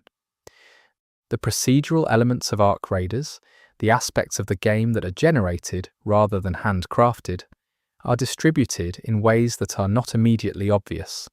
Parts of the game that feel procedural are actually handcrafted, and parts that feel handcrafted are procedurally generated. This deliberate blurring of the line between designed and generated is a development philosophy that shapes the player's experience in ways that are hard to articulate but easy to feel. The game feels both consistent and unpredictable, a combination that requires careful calibration. The color palette of Arc Raiders is one of the game's most discussed aesthetic features, and it's also one of the most deliberately constructed. The color choices throughout the game weren't made independently, they were made as part of a system in which specific colors carry specific narrative and emotional weight. Players who have spent time with color theory can see the architecture of this system. Warm colors associated with human presence and activity, cool colors associated with arc influence and pre-collapse abandonment. The palette is doing narrative work at every moment. The enemy variety in Arc Raiders, the range of different arc unit types, is calibrated not just for gameplay variety, but for narrative expression. Different unit types communicate different things about the arc's nature and capabilities. The specific sequence in which players encounter different unit types is designed to build a progressive understanding of what the arc is. First encounters are with types that seem most mechanically comprehensible. Later encounters introduce types that challenge the player's developing model of Ark nature. The pedagogical sequence of enemy introduction is a narrative device. The environmental hazards in Ark Raiders have a relationship with Ark activity that's not always explicitly marked. Some hazards are clearly Ark-related, others appear natural or pre-existing. The distinction matters narratively because it affects how you understand the history of the surface environment and the extent of Ark influence. Hazards that predate Ark activity tell a story about the challenges that existed in this world before the collapse. Hazards that the Ark introduced tell a story about how the Ark has transformed the environment it occupies. The pace of narrative revelation in Ark Raiders is designed around the assumption that players will play the game multiple times. Information available in early playthroughs doesn't fully resolve until later playthroughs provide additional context. This layering of revelation assumes player investment and rewards it with the experience of retroactive understanding, going back to an early moment with new knowledge and seeing it differently. The development team clearly designed the narrative architecture to support this kind of rereading. The map design of Ark Raiders encodes narrative information in its geography, the relationship between different areas of the map, the distances between settlements and surface zones, the positioning of significant locations relative to each other. All of this reflects the history of the game's world as much as it reflects gameplay considerations. The map isn't just a delivery system for encounters, it's a document of what happened in this world, and reading it as such reveals patterns that are invisible when you're looking at the map purely as a navigation tool. The specific items that can be found in Ark Raiders, the range of salvage and resources available on the surface, is calibrated to reflect what would actually have survived from the pre-collapse world. The game's designers clearly thought about what types of materials remain stable over extended periods under the specific environmental conditions the game depicts, and limited the salvage to things that make sense. This material realism is one of the details that makes Ark Raiders' world feel coherent rather than convenient. The weather system in Ark Raiders, mentioned briefly in an earlier chapter in terms of its unusual patterns, also serves a gameplay narrative function. Different weather conditions affect both gameplay and the emotional character of surface exploration in ways that are consistent rather than arbitrary. The weather isn't just environmental variety, it's an expressive element that the development team uses to modulate the experience of being on the surface. Certain weather states make the surface feel particularly hostile, or particularly melancholy, or particularly beautiful, and these states aren't random. The sound effects associated with specific raider actions are grounded in real-world acoustic reference in ways that differ by action type. Mechanical actions, things done to equipment and tools, have a quality that suggests they were recorded from real equivalent actions. Physical actions, things done with the body, have a more processed quality that places them in the sonic register of the game's fiction rather than pure physical reality. This distinction is subtle but consistent, and it creates a sound world that feels simultaneously real and stylized.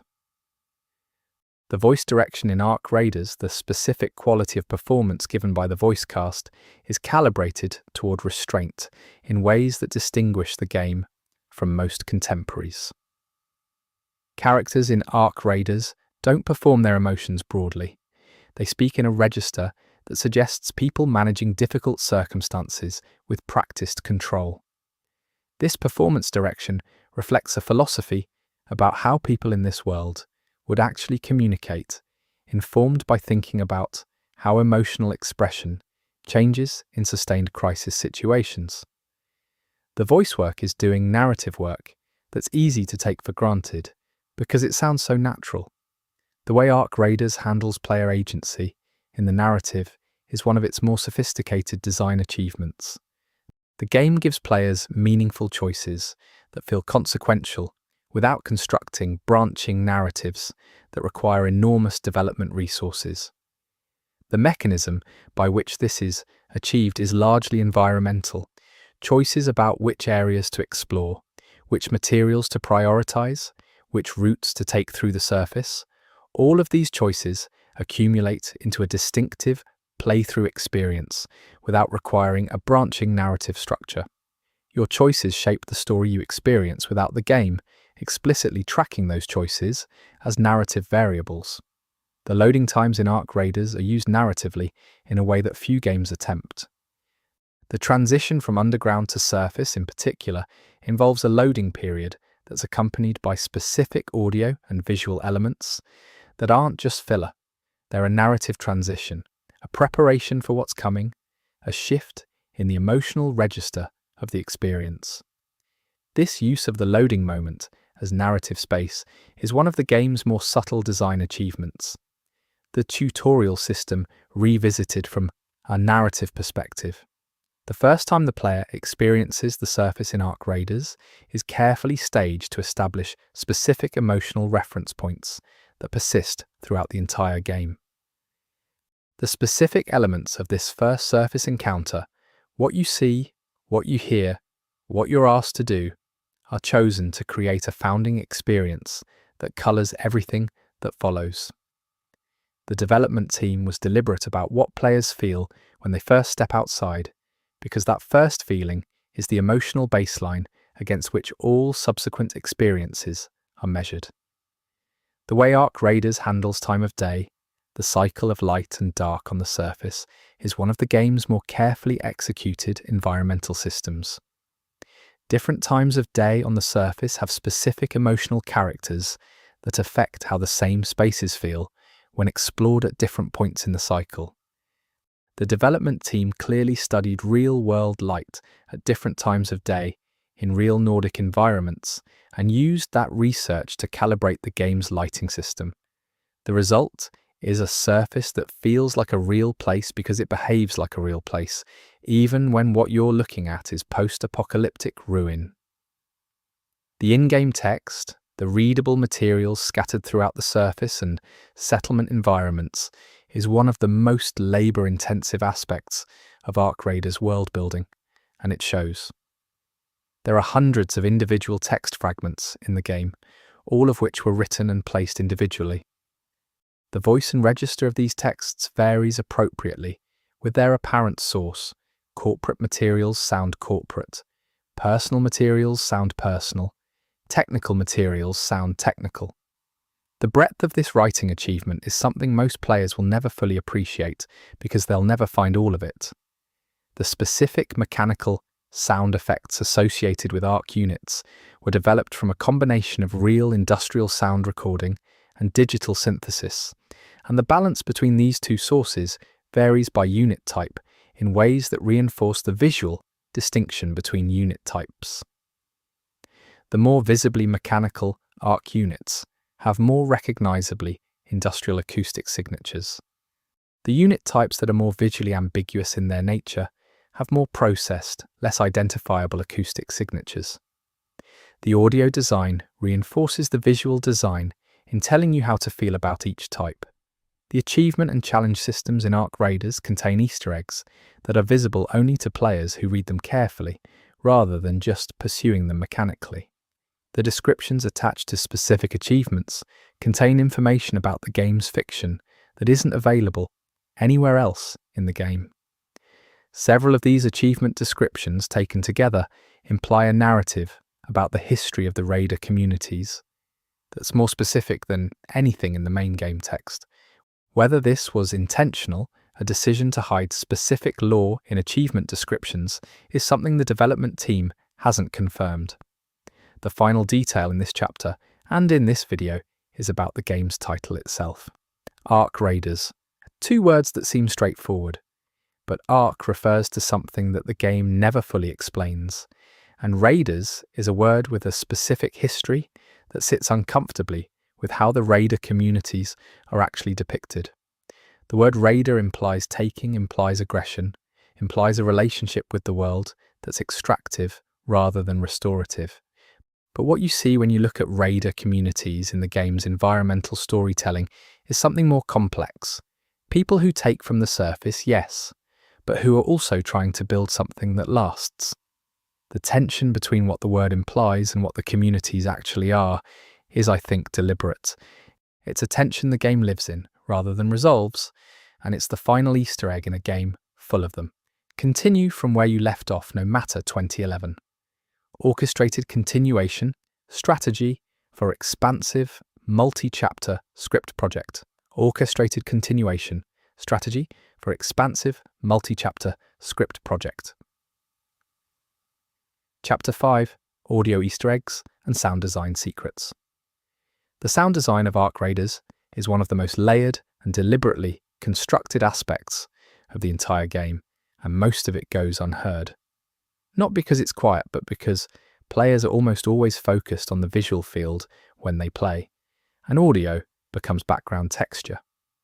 This chapter is about pulling that texture to the foreground and examining what's actually in it. The ambient audio in different zones of the surface isn't just environmental flavour, it's calibrated to specific frequencies and tonal centres that shift as you move between areas.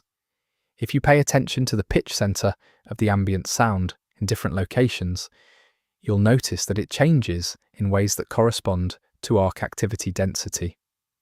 Higher arc activity areas have ambient audio centred on higher frequencies. Lower activity areas have lower frequency centres. This frequency mapping of arc influence creates an auditory map of the surface that players process unconsciously as emotional texture without recognizing it as information. There are specific locations in Ark Raiders where the ambient audio briefly drops to complete silence. Not near silence, actual silence, a full cessation of all environmental audio for a period of 1 to 3 seconds. These silence events are not bugs or audio dropouts. They occur at the same locations consistently and under the same conditions. Community members who have documented these silence events have found that they cluster around certain types of structural feature, specifically around locations that show the highest density of arc color signature. The silence is doing something. What exactly, the game doesn't say. The footstep audio in Ark Raiders is one of the most detailed systems in the game, with different surface materials producing specific and distinct acoustic signatures. This level of footstep detail is common in high-fidelity games, but what's less common is the way Ark Raiders handles footsteps in arc-affected areas. Surfaces that show the characteristic arc blue-silver color transformation have footstep audio that's been modified from the base material sound in ways that are subtle but consistent. Whatever the arc does to surfaces changes how they sound underfoot, and that change is encoded in the audio system. Several players have reported hearing what sounds like very faint voice audio in certain Ark Raiders locations under specific conditions, specifically in areas with high arc activity density, and when the player is standing still and not engaging with any game systems. These reports have been consistent enough that the community takes them seriously, though the exact content of the audio has been interpreted differently by different listeners. One possible reading is that these voice fragments are environmental audio placed by the development team to suggest arc-related phenomena. Another is that they're fragments of pre-collapse audio recording that survived somehow in the environment. The game provides no explanation. The music that plays during encounters with specific Arc unit types in Ark Raiders has a compositional relationship with the ambient music of the area where the encounter occurs. The encounter music isn't a separate independent track that starts when combat begins. It's a transformation of the ambient music, a modulation into a different mode that maintains thematic connections to what was playing before. This compositional continuity means that encounter music feels like it belongs to the space rather than being imported from a generic combat state. The development team clearly worked on encounter music as part of the environmental music rather than as a separate system.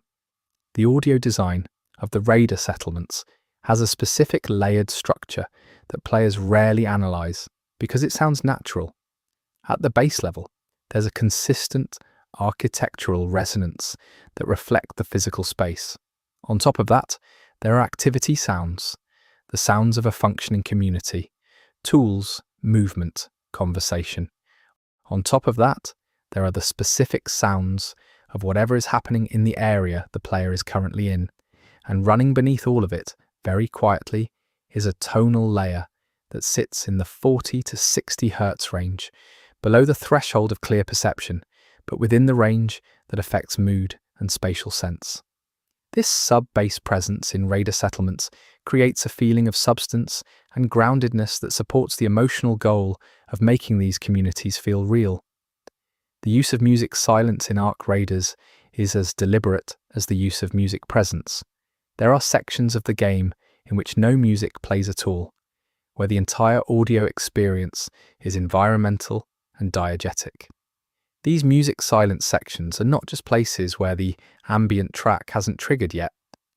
They're deliberate design choices and the specific context in which the development team chose to remove music are revealing. Music is absent in moments that the design team apparently wanted players to process without emotional direction from the score, moments of discovery and decision where the player's own response, unguided by music, is the intended experience.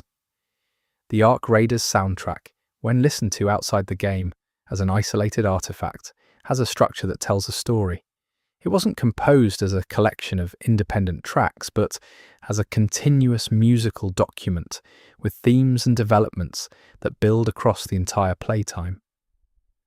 Players who have analysed the soundtrack as a whole have found melodic material that appears early in the game's music in incomplete or fragmented form, and resolves in later tracks. Whether this musical arc mirrors the narrative arc is something the game's composer hasn't discussed publicly, but the musical evidence for this structure is clear.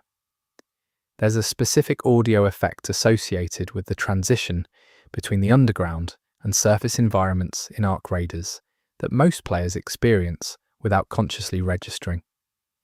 The audio system doesn't simply crossfade between underground and surface ambient tracks. The transition involves a compression and release of the audio field that mimics the physical experience of moving from an enclosed to an open space. The acoustic horizon expands as you move toward the surface, not just in volume, but in spatial width and depth. This acoustic transition was clearly developed with careful attention to how sound actually behaves in these types of spaces. The voice lines delivered by Raider NPCs in settlements include a significant number of lines that are context-specific in ways that most players never encounter, because the trigger conditions are narrow. These context-specific lines respond to things like how long the player has been in the settlement, what time of day it is in the game world, what the player's recent activity on the surface has been, and what states certain environmental conditions are in. Players who have spent extensive time in settlements and triggered these specific conditions report voice lines that add substantial narrative depth to the characters delivering them. The voice actors were given detailed character biographies and recorded with the specificity of those characters in mind. The sound of the Ark Raiders inventory system is one of the details that contributes most to the game's material authenticity. Every item has a distinct audio profile when handled, a sound that reflects the material composition of the item and the physical action of handling it. This level of item audio specificity is unusual and requires substantial recording and design work, because it means every item category needs its own acoustic signature. The payoff is an inventory interaction that feels physical rather than digital, that reinforces the material reality of what you're carrying rather than abstracting it into icon management. There are multiple Ark Raiders locations where the audio environment changes in response to player actions that have nothing to do with combat or direct interaction. Moving an object, changing the position of something in the environment, triggers audio responses in the surrounding space that reflect how that change would actually propagate acoustically. The space responds to the player's physical actions as a real acoustic environment would, which creates a feedback loop between player action and world response that's subtle but contributes significantly to the feeling of inhabiting rather than navigating the game space. The Ark Raiders community has developed a practice of recording the game's audio and analysing it with audio visualization tools, looking for patterns and information in the frequency content of the game's sound that isn't perceptible to unaided hearing. Several of these analyses have produced interesting results.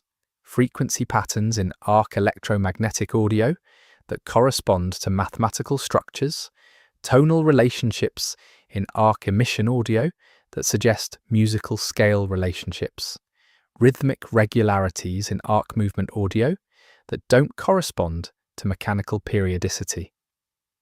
Whether these patterns are the result of deliberate encoding by the audio team, emergent from procedural audio systems, or artifacts of the analysis process is a genuine, open question.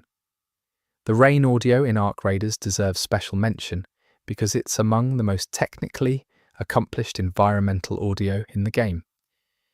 Rain in Ark Raiders doesn't just produce a global rain sound, it produces rain sounds that reflect the specific surfaces rain is hitting in the player's immediate environment. Rainfall on concrete sounds different from rainfall on metal, which sounds different from rainfall on earth, which sounds different from rainfall on glass. And when the player moves through a space, the rain audio changes to reflect the changing mix of surfaces around them. This level of rain audio specificity required either very sophisticated, real-time audio processing or an enormous library of carefully positioned audio sources. The specific frequencies used in the alert sounds associated with Arc unit detection of the player are not arbitrary design choices. They're calibrated to be maximally effective at producing a specific physiological stress response in human listeners: elevated heart rate, heightened attention, a readiness response.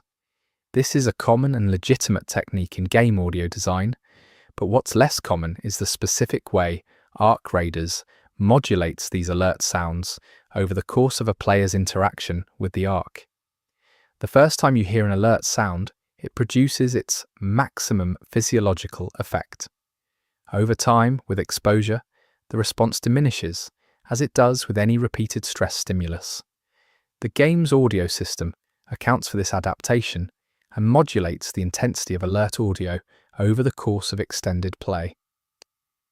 One of the more unusual audio details in Ark Raiders involves the game's use of what audio designers call room tone, the specific acoustic signature of an empty space that reflects its dimensions and surface materials.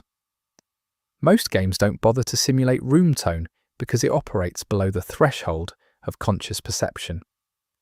Ark Raiders has detailed room tone for most of its enclosed spaces, and the specific room tone of each space is designed to communicate something about that space's history and nature. The room tone of spaces that have been heavily used differs from those that have been abandoned. The room tone of Ark-affected spaces differs from unaffected spaces. These differences are imperceptible to most players, but they contribute to the emotional character of the spaces in ways that have been documented in player response. The music played by certain objects found in raider settlements, phonographs, radios, and other playback devices consists of music that was composed specifically for the fiction of the game's world rather than using real-world music. This fictional pre-collapse music has a specific character, a style that suggests a musical culture that was developing along a specific trajectory before the collapse interrupted it. Players who have analysed this fictional music have found that it has internal consistency with itself.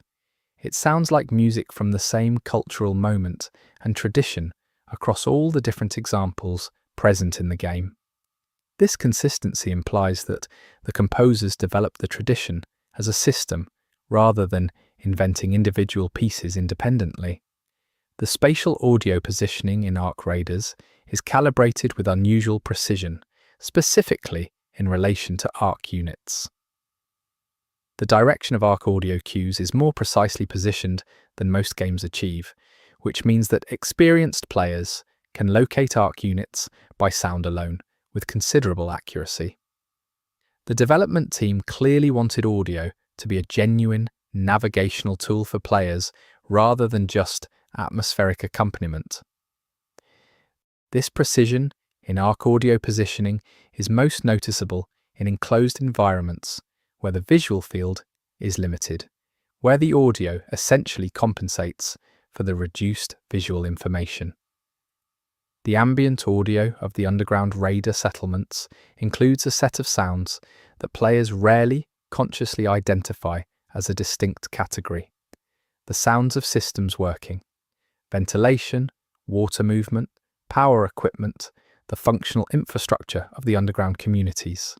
These system sounds are present at a low level throughout settlement audio, and they contribute to the sense that settlements are operational rather than just occupied. When these system sounds are absent, which occurs in certain settlement areas under certain conditions, the absence is notable and emotionally significant. Silence where machines should be running is its own kind of information. There is a recurring audio motif in Arc Raiders that appears across multiple different contexts, a specific three-note pattern that shows up in Arc electromagnetic emissions, in Raider settlement music, and in certain ambient audio sequences. Players who have identified this recurring motif have noted that its appearances across these different contexts seem deliberate, as if the same melodic fragment is being used to draw a connection between things that appear unconnected on the surface. What that connection might mean is one of the game's more intriguing implied questions. The audio design of Arc Raiders handles the sounds of human physical effort, breathing, exertion, the acoustic evidence of a body working with unusual care. The breathing audio associated with player movement isn't a simple loop triggered by movement intensity. It responds to the actual simulation of physical effort in the game, accelerating and deepening in response to the accumulation of physical effort over time, recovering during rest. This simulation of physical breathing is calibrated to feel realistic rather than exaggerated, which means it operates below the threshold of conscious awareness during normal play, but contributes to the physical immersion of the experience. Players who have recorded extended play sessions and analysed the audio afterward have found that the game's ambient sound system has longer cycles than most players would ever consciously notice. Most ambient audio systems operate on cycles of a few minutes or less. Arc Raiders' ambient systems have elements that cycle over periods of 20 minutes or more, which means the audio environment is constantly evolving in ways that resist repetition over typical play session lengths. This long cycle ambient design is one of the reasons the surface environments of Arc Raiders don't feel like they're repeating their audio even in extended play sessions. The specific way Arc Raiders handles audio occlusion, the muffling of sound by intervening physical structures, is one of its most technically accomplished audio design elements. Sounds in Arc Raiders are appropriately muffled by the specific materials between the sound source and the player, with different materials providing different amounts of occlusion. The difference between how much a concrete wall muffles a sound versus how much a wooden wall does is encoded in the audio system. This material-accurate occlusion system makes the game's world feel acoustically real, with information about the physical world encoded in how sounds reach your ears. There is audio in Arc Raiders that most players will never hear because it requires standing still in specific locations for extended periods without triggering any game event. This patience-required audio consists of very long-form ambient sequences that only begin after the player has been stationary for several minutes. These sequences are worth seeking out because they contain the most detailed audio lore in the game, specific ambient constructions that imply narrative information about the history of the specific location where they occur. The development team clearly expected that some players would stand still and listen, and they made it worth doing. The voice audio for Ark Raiders Raider NPCs was recorded with specific acoustic treatment that reflects the speaking environment those characters inhabit. Raider voices in underground settlement spaces have a subtle treatment that reflects the acoustic character of enclosed, hard-surfaced spaces. The same voice actors recorded in surface contexts have different acoustic treatment that reflects the exposure and reverb of open outdoor environments. This environmental voice treatment is consistent and detailed, and it means that the acoustic character of Raider voice audio changes appropriately when you encounter characters in different physical contexts. The Ark Raiders audio team has spoken in available developer materials about the challenge of making the Ark feel genuinely alien in its sound design, distinct from both natural and conventional mechanical acoustic models. The solution they arrived at involved building Ark sounds from a combination of sources that individually are recognizable, but in combination produce something that doesn't map onto existing acoustic categories. The specific combination of natural, mechanical, and synthesized elements in different ratios for different Ark unit types is what gives each type its distinctive and unusual acoustic character. The impact audio for different weapon types in Ark Raiders is calibrated not just for the mechanical characteristics of the weapon, but for the specific physical material the weapon is interacting with. Every weapon has a matrix of impact sounds, not just a single fire sound and a single hit sound, but specific sounds for each combination of weapon type and target material. The breadth of this impact audio system is substantial. When the audio is working correctly, which is consistently, it provides the player with immediate material information about every weapon interaction, which reinforces the game's overall commitment to physical and material authenticity. There are several Ark Raiders locations where background audio includes what appears to be a radio transmission, partially decoded from static. These transmissions are present in the audio, but their content is degraded enough that most players can't make out specific words. Players who have isolated and enhanced these audio segments have recovered fragments of what appear to be voice transmissions, short, clipped in a communication register that suggests professional brevity rather than casual conversation. Whether these transmissions originate from within the game's fiction, a raider communication from somewhere, or from something else entirely, is something the game doesn't answer. The spatial relationship between the underground and surface audio environments in Ark Raiders is managed through a system that the development team clearly thought about in terms of the physical and emotional transition between those two worlds. The underground audio is deliberately compressed, intimate, and directional. The surface audio is deliberately expansive, diffuse, and less predictable. The contrast between these two audio characters is part of what makes the transition to the surface feel emotionally significant rather than just visually different. Sound is doing as much work as image in establishing the two worlds as distinct.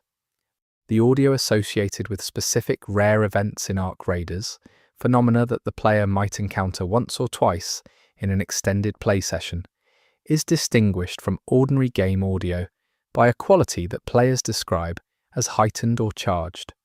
The specific audio design choices that create this quality, a slight increase in dynamic range, a shift in the spectral balance, a change in the spatial presentation, combine to create an experience of audio that feels important in the same way that certain sounds in the real world feel important. Sounds that carry information about something significant happening in the environment. The audio design approach to Ark Raiders' weather system reflects the same commitment to physical accuracy as the rest of the game's audio. Wind audio in Ark Raiders is generated from a simulation of how wind moves through the specific geometric environment the player is in, rather than from a fixed wind ambient track. This means that wind sounds in Ark Raiders respond to the player's position relative to structures and surfaces in ways that correspond to how wind actually behaves in physical spaces. A player standing in the lee of a large structure hears less wind than a player standing in an exposed position, and the specific turbulence effects at the edges of structures are acoustically represented. The underground raider settlement environments in Ark Raiders have an acoustic detail that reflects the specific construction methods used in their creation. The resonant frequencies of underground spaces built with different materials produce identifiable differences in room tone that players can use to identify construction type before they have a clear visual on the space. Spaces built with salvaged concrete have different resonant properties than spaces built with salvaged metal, which have different properties than spaces built with natural stone. This material acoustic consistency is a detail that most players will experience as intuitive spatial understanding rather than conscious analysis. The environmental storytelling in Ark Raiders extends to the way different areas of the game handle audio bleed between adjacent spaces. In the game's residential areas, you can hear the audio of adjacent spaces through shared walls in ways that reflect the actual acoustic permeability of the wall materials. The specificity of this acoustic bleed tells you something about the construction quality of the spaces you're moving through, which in turn tells you something about the community that built them. High-quality construction results in better acoustic separation. Lower quality construction means more bleed. This detail is present and consistent throughout the game. The audio mix of Ark Raiders was designed to function across a wide range of playback systems, from high-end headphone setups to standard television speakers. The game's audio was specifically mixed to preserve key gameplay critical information across all playback contexts, while providing additional layers of experience for players with higher fidelity systems. Players using headphones with good low-frequency response hear elements of the game's audio that are simply not present on systems without that response range. These low-frequency elements are not critical to gameplay, but add substantial depth to the audio experience and contain some of the game's most interesting environmental audio detail. The sounds associated with the player's underground base or settlement are designed to evolve over time in response to the player's activities and progression. The audio character of the space changes as the player invests in it, with new system sounds emerging as infrastructure develops, activity sounds shifting as the community grows, and the overall acoustic character of the space becoming more complex and layered. This audio evolution is a form of feedback that communicates progression without requiring explicit interface communication. The place sounds more alive as it becomes more developed. There is audio in Ark Raiders that references specific real-world acoustic phenomena in ways that suggest the development team was aware of the scientific literature on those phenomena and used it as design reference. The electromagnetic sounds associated with Arc units, for example, are consistent with the acoustic properties of plasma discharge and high-intensity magnetic field phenomena that have been documented in real electromagnetic research. The game doesn't claim scientific accuracy, but the audio team clearly used real electromagnetic acoustic phenomena as reference material, which gives Ark Emission audio a quality of physical plausibility that pure invention wouldn't achieve. The audio of certain Ark Raiders weather events, specifically the larger storm sequences, is constructed at a scale that exceeds what the visual presentation of those storms would suggest. The audio of these events is mixed at a scale consistent with genuinely large atmospheric phenomena, which is slightly disproportionate to the visual scale of the storms as depicted. This audio-visual mismatch, where the audio is larger than the visuals, creates a feeling of exposure and vulnerability during storm events that goes beyond what the visual experience alone would produce. The scale gap between what you see and what you hear is, in effect, filling in the part of the storm that's beyond the visual horizon. There are specific sound effects in Ark Raiders that occur only once in any given play session, events that can only be triggered once, and that the audio team apparently decided should only be heard fresh, never repeated. These single-play audio events tend to be attached to significant narrative or gameplay moments that the design team apparently wanted players to experience without the diminishment of repetition.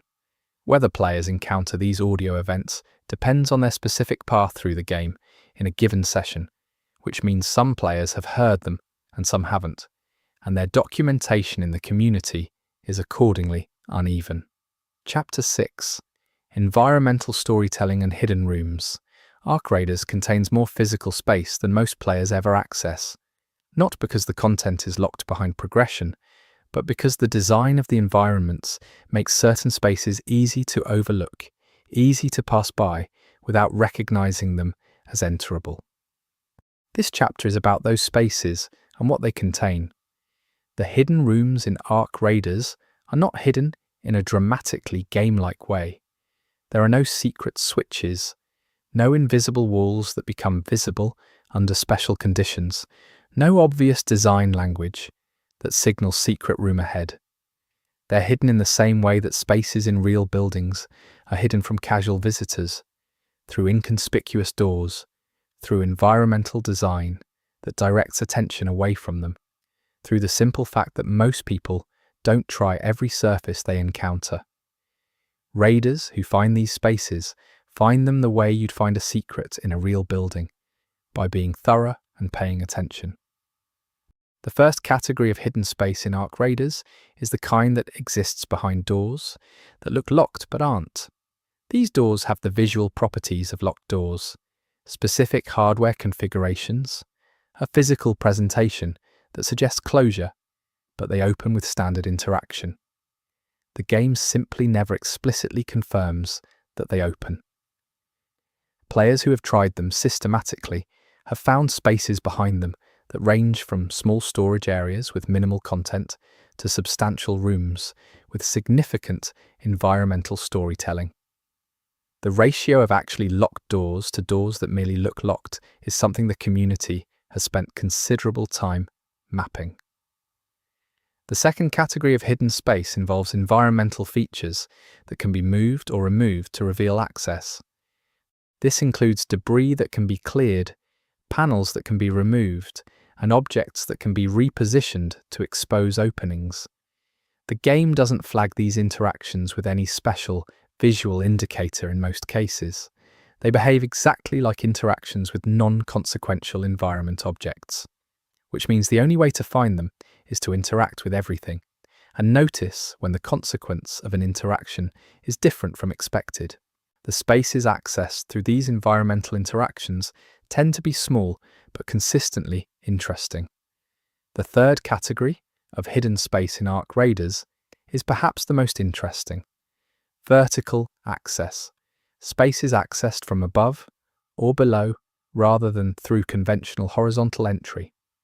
Ark Raiders environments have a vertical dimension that's functionally relevant in gameplay, but that contains additional layers of navigable space above and below the main floor level that many players never explore.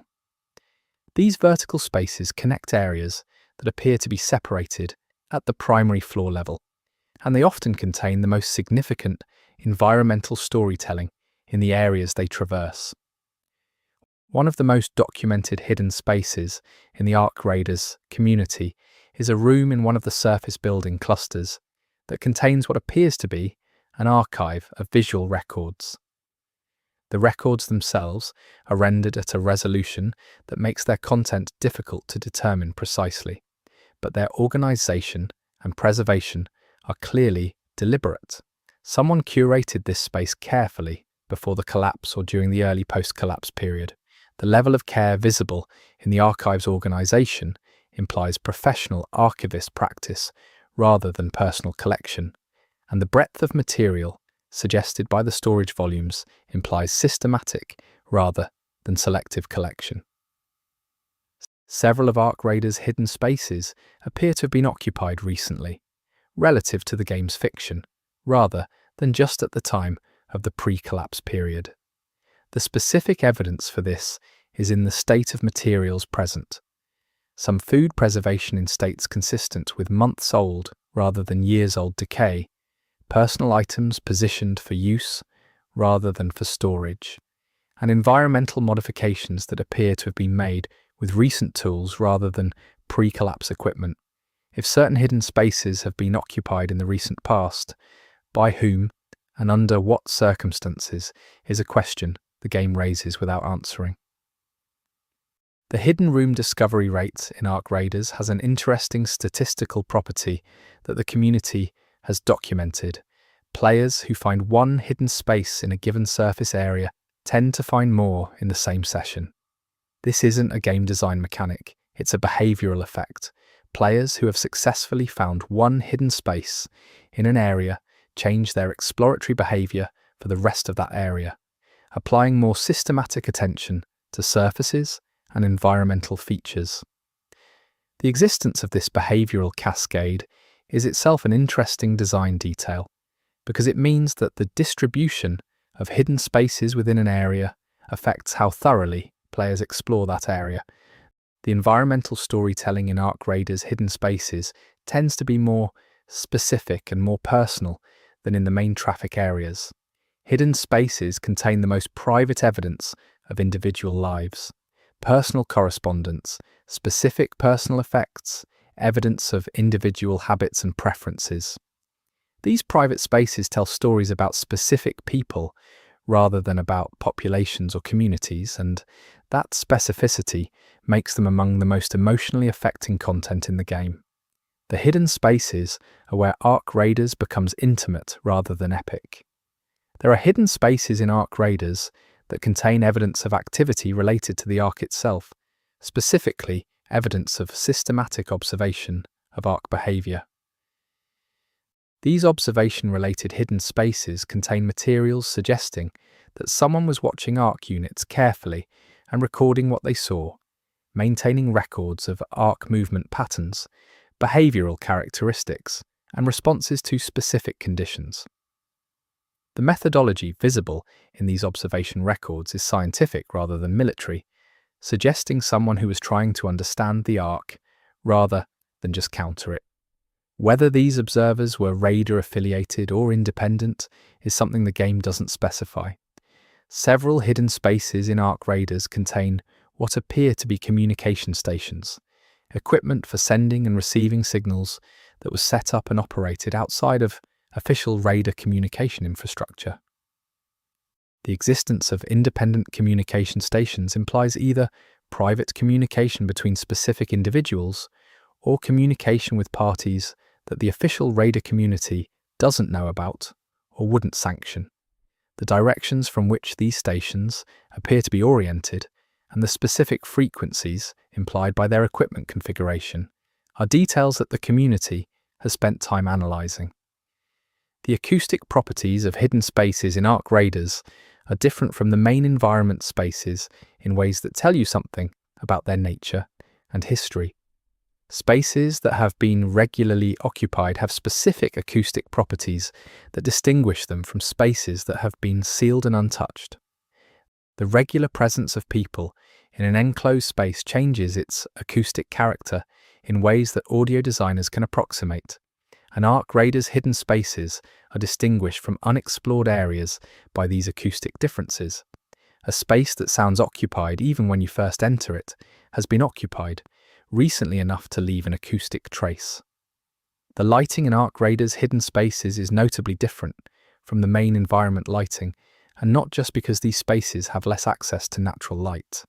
The artificial lighting present in hidden spaces, where it exists, reflects the specific needs and priorities of whoever was using those spaces.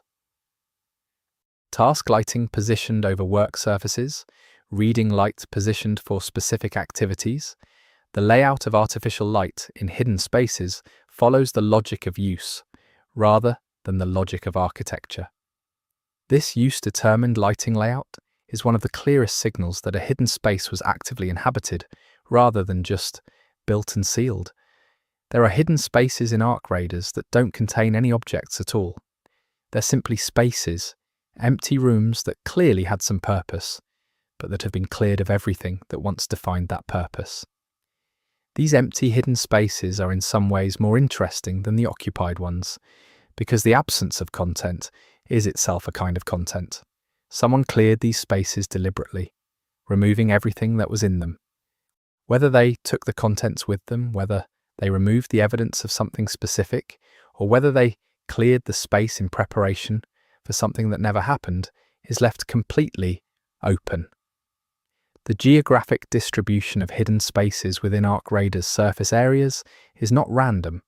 Certain types of locations have higher densities of hidden spaces than others, and this distribution follows a logic that implies something about the history of the world rather than the logic of game design. Industrial areas have few hidden spaces. Commercial areas have moderate numbers. The densest concentrations of hidden spaces are in residential areas and in the areas around what appear to have been civic or institutional buildings. This distribution is consistent with the idea that the spaces most likely to have been deliberately obscured are those associated with the most personal and most politically sensitive activities. One of the most unusual hidden spaces in the Ark Raiders community's records is a room that appears to be entirely oriented around a single object positioned in its center. The room is arranged in a way that directs all attention to this central object. The positioning of what furniture remains, the orientation of any writing on the walls, all of it focused on the object at the center. The object itself is not obviously special. It's a type of container that appears elsewhere in the game without any special treatment. What makes this room extraordinary is the treatment given to an otherwise ordinary object, the suggestion that it means something specific to whoever arranged this space around it. Hidden spaces in Ark Raiders have served as a primary source of community theory crafting because they contain the game's most obscure and specific narrative details. The deep lore of Ark Raiders lives in its hidden rooms. Players who have systematically catalogued hidden space content have assembled fragments of narrative that, taken together, suggest a more specific backstory for the game's world than anything the main content provides. This hidden lore is consistent, suggesting it was developed as a coherent body of information rather than scattered as random fragments, which implies deliberate authorial intent behind the hidden space system. The connection between different hidden spaces in the same area of Ark Raiders is something that the community has spent time mapping. Certain hidden spaces appear to be connected to each other in their narrative content, containing materials that reference or complement the materials found in other hidden spaces nearby.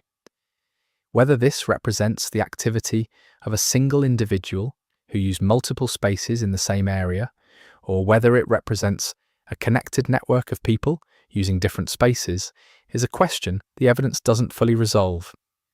Both interpretations are consistent with what's visible in the connected hidden spaces. There are hidden spaces in Ark Raiders that contain materials suggesting their occupants were in contact with Ark units, without the contact being hostile. The evidence for this is in the nature of the materials present. Ark-produced material, the specific depositions that Ark units leave, handled and arranged rather than just present, as if someone was collecting and studying Ark-deposited material rather than encountering it accidentally. If people were deliberately collecting and studying Ark-deposited material, they would need to have been in proximity to Ark units without being destroyed, which implies either a method of avoiding Ark detection or something more complex about the Ark-human relationship than the main game content suggests.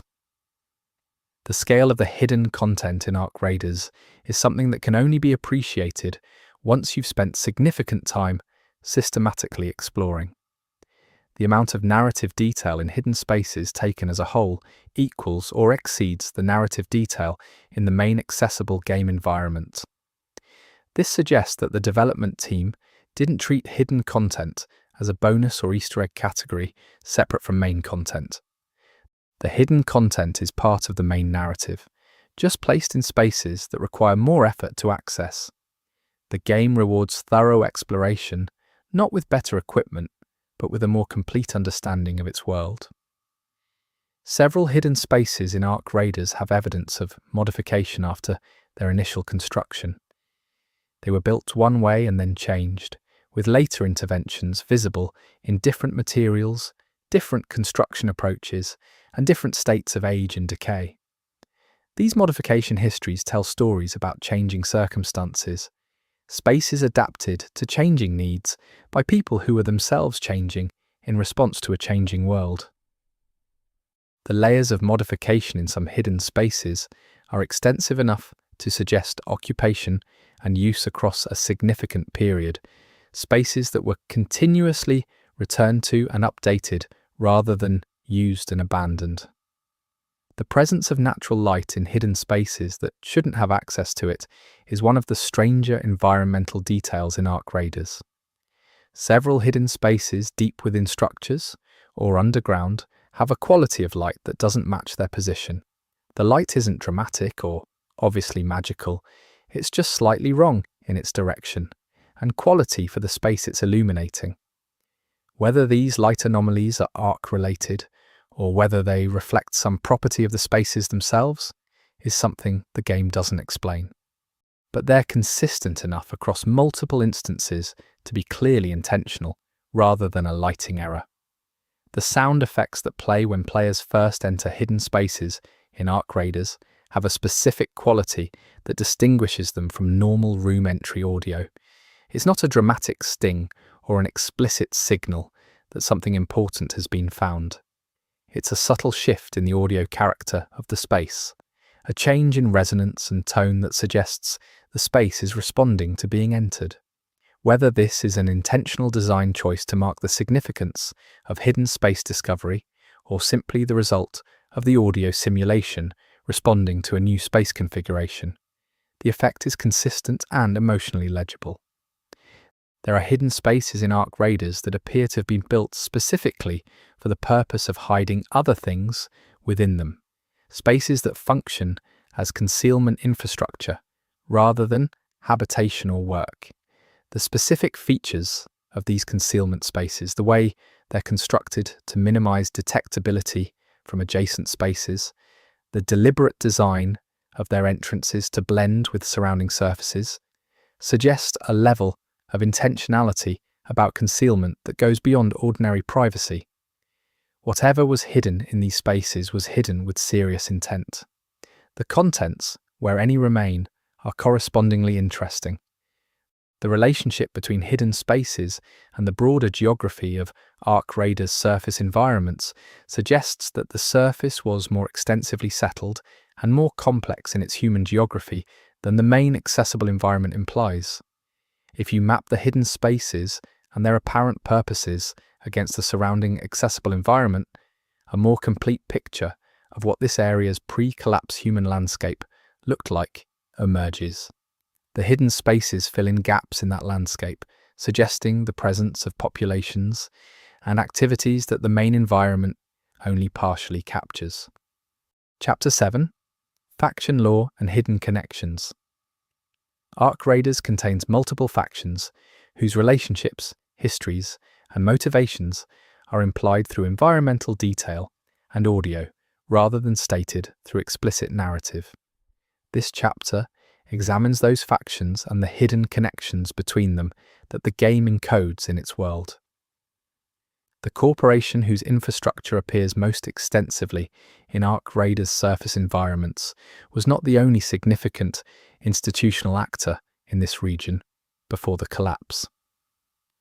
There's evidence in the environmental record for at least two other significant institutional presences that operated in the same area, leaving traces that are distinct from the primary corporate signature. These secondary institutional traces suggest a more complex pre-collapse political and economic landscape than the dominant corporate visual signature initially implies. The Raider communities, as discussed in Chapter 3, are not a single unified faction. The evidence for multiple distinct communities with different organizational histories is extensive in the game's environmental storytelling. But one detail that hasn't been discussed yet is the evidence for a community that appears to have deliberately obscured its own organizational identity, using the markers of multiple different raider communities rather than developing its own distinctive visual language. Why a community would choose to blend in with multiple other groups rather than assert its own identity is a question with several possible answers, all of them interesting. The specific way different raider communities have staked territorial claims in the surface environment is one of the more legible faction details in Ark Raiders. The marking systems different communities use, the specific signs and signals they've developed for territorial communication, differ enough between communities to be identifiable, but share certain structural features that suggest either a common origin or a history of communication and influence between them. The territorial marking systems of different raider communities are a language, and the similarities and differences between their dialects tell you something about their history of contact. There is a faction presence in Ark Raiders that most players never identify as a faction at all because its traces are the least visually coherent. This presence shows up not in organized territorial marking or clearly attributed materials, but in specific types of modification made to pre-collapse infrastructure. Modifications that are different from Raider modifications in their technical approach, but that are also clearly not Ark-related in their character. A third type of actor has been operating in the game's world, identifiable by the specific signatures of their technical work, and the game never names them. The connection between the primary corporate faction and whatever governmental or regulatory authority existed in the pre-collapse world is implied through the materials visible in certain institutional spaces. The relationship between corporate and governmental infrastructure suggests something more complex than simple business-government separation. The two types of institutional presence share certain visual and technical characteristics that imply shared personnel, shared resources, or a degree of institutional overlap that would have been significant if the world hadn't ended before it became a public issue. One faction whose presence becomes clearer as you accumulate more hidden space content is what the community calls the Observers, a name derived from the observation-oriented hidden space content discussed in the previous chapter. The Observers, whoever they were, appear to have been systematically studying both the Ark and the human communities surviving the post-collapse world. Their study was not passive or accidental, it was structured, conducted with specific methods, and documented in ways that suggest professional research practice. The question of who they were working for and what they intended to do with their research is one that the game raises through the accumulation of observer-related hidden space content. The military or paramilitary presence implied in certain Ark Raiders environments is another faction whose traces are widely distributed, but whose organizational identity is unclear. The specific equipment, tactical approaches, and documentation practices visible in military-associated environments are consistent across multiple locations, suggesting a single organized entity rather than multiple independent groups with similar equipment. But the relationship of this military presence to other factions, to the corporate presence, to official governmental authority, is not something the game makes clear. The timeline of faction activity in Ark Raiders world, when you assemble the evidence from multiple sources, suggests a pre-collapse period of intensifying faction competition that was cut short by the collapse itself. The traces of this competition are visible in the environmental record. Territorial disputes, visible in the layering of different factions' marks in contested areas, evidence of faction-related infrastructure being deliberately damaged rather than left to deteriorate, the specific pattern of resource hoarding, visible in certain locations suggesting preparation for inter-faction conflict rather than just general scarcity. The collapse appears to have interrupted something that was already developing toward crisis. The relationship between the Ark Raiders' human factions and the Ark itself is more complex than it initially appears. The evidence for pre-collapse awareness of the Ark, discussed in earlier chapters, becomes even more interesting when examined in the context of faction activity. If certain factions had advanced knowledge of the Ark's arrival, the choices those factions made in response to that knowledge would have shaped the pre-collapse political situation significantly. The specific investments and preparations visible in certain faction-associated environments suggest a response to anticipated catastrophe that is more consistent with prior knowledge than with sudden awareness.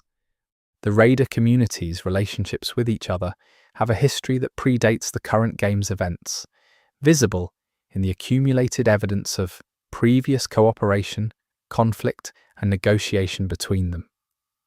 The specific types of interaction evidence in raider environmental spaces, shared materials, contested territorial markers, evidence of both joint and separate operations in the same surface areas, tell a story of intercommunity relationships that have developed through a process of pressure and adaptation rather than through deliberate community design. There is evidence in certain Ark Raiders environments of a faction that has since entirely disappeared, leaving only its traces rather than any continuing presence. This disappeared faction's traces are distinguished from other faction evidence by the complete absence of recent activity. All the evidence of their presence dates from the same period and shows no subsequent activity. Whatever happened to this faction happened at a specific moment, comprehensively, and the game provides no explicit explanation. Their absence from the current game's faction landscape is as significant as the presence of the factions that remain. The technical capabilities of different factions visible in the game's environmental evidence vary considerably, and the specific distribution of technical competence across factions implies something about the pre-collapse social and economic positions of their members. The most technically sophisticated faction traces come from groups that appear to have included personnel with advanced technical training, while other faction traces suggest more diverse and less formally trained membership. This technical stratification of the factions maps onto the pre-collapse class structure of the world in ways that suggest the factions inherited their social composition from the world that produced them. The communication networks between different factions, implied through the positioning and configuration of communication infrastructure in the game's surface environments, are more extensive and complex than the game's surface narrative suggests. Factions that appear to be independent have communication infrastructure that connects them, suggesting channels of information exchange that aren't visible in official faction territory or materials. Whether these hidden communication links represent secret alliances, intelligence operations, or something else entirely is one of the more interesting interpretive questions in Ark Raiders faction lore. The religious and ideological diversity between factions is one of the dimensions of faction identity that the game captures most subtly. The different meaning-making frameworks visible in different faction environments, the different ways different groups have processed the collapse and the Ark, have produced different ideological orientations that are visible in the materials and symbols these groups maintain. These ideological differences between factions have practical implications for how they interact with each other and with the surface, and those practical implications are visible in the patterns of faction activity in the game's world. The Ark Raiders community has assembled what might be called a faction relationship map based on the accumulated environmental evidence in the game. This map tracks the known and implied relationships between the various groups, and it has several surprising features. Factions that appear to be enemies share certain historical connections. Factions that appear to be allied have evidence of previous conflict. The current configuration of faction relationships in the game appears to be the result of specific events in the recent past that rearranged previously established relationships, though what those events were is something the game hasn't made explicit. The economic relationships between factions in Ark Raiders' world, the ways that different groups have negotiated access to resources and expertise that they need from each other, are implied through the distribution of faction-specific materials across faction territories. Materials that are primarily produced or controlled by one faction appear in the environments of other factions in ways that suggest exchange rather than theft. The specific materials that move between factions tell you something about what each faction produces and what it needs, which in turn tells you something about the fundamental nature and capability of each group. The leadership figures of different raider factions, implied through the specific personal effects and decision-making evidence visible in certain spaces, have characteristics that differ considerably between factions. Some faction leadership evidence suggests single-leader organizational structures with clear lines of authority. Other faction leadership evidence suggests collective or distributed decision-making. These organizational differences have implications for how different factions make decisions and respond to events, and they contribute to the distinct character that different faction environments have in the game. There is evidence in Ark Raiders of at least one significant historical attempt at faction unification, a period when multiple raider communities appear to have operated as a more integrated entity before separating again. The evidence for this period of greater unity is in specific shared infrastructure, communication systems, and organizational practices that appear across multiple faction environments, with a consistency that's only explainable if they were developed and implemented collectively. Whatever caused the subsequent fragmentation of this unified period is one of the game's significant historical mysteries. The Ark Raiders faction lore contains a detail that's easy to miss because it's encoded in the most peripheral of environmental content, the trash. The composition of refuse in different faction environments is a forensic record of faction lifestyle, diet, technical practice, and material culture. Analyzing what different factions discard tells you as much about them as analyzing what they maintain. The specific composition of refuse in different faction environments is consistent with the other faction identifying details in those environments, suggesting that this level of detail was part of the faction building process, rather than an accident of set dressing. The relationship between the unnamed third type of actor mentioned earlier in this chapter and the Ark itself is one of the deepest implied mysteries in Ark Raiders faction lore. The technical modifications made by this third actor to pre-collapse infrastructure show a level of understanding of Ark-related phenomena that goes beyond what Raider communities have demonstrably achieved. This understanding of Ark behavior and properties, visible in how the third actor's modifications are positioned and designed, suggests either a longer period of Ark study than any visible Raider community has achieved, or access to information about the Ark that Raider communities don't have. The final hidden connection between Ark Raiders factions worth discussing is the one between the Raider communities and the pre-collapse institutional actors. The Raider communities didn't emerge from nothing. They have organizational ancestors in the institutional structures of the pre-collapse world, and those ancestral connections are visible in the organizational cultures, the technical vocabularies, and the specific inherited practices of different Raider groups. Following these inherited characteristics back to their pre-collapse origins gives you a picture of which pre-collapse institutions became which Raider communities, and that picture adds a layer of historical depth to the game's faction landscape that transforms how you understand the current state of things.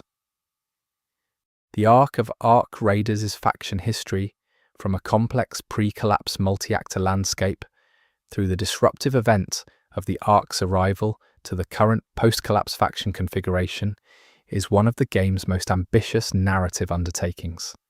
It's told entirely through environmental evidence, without a single expository scene or explanatory text block.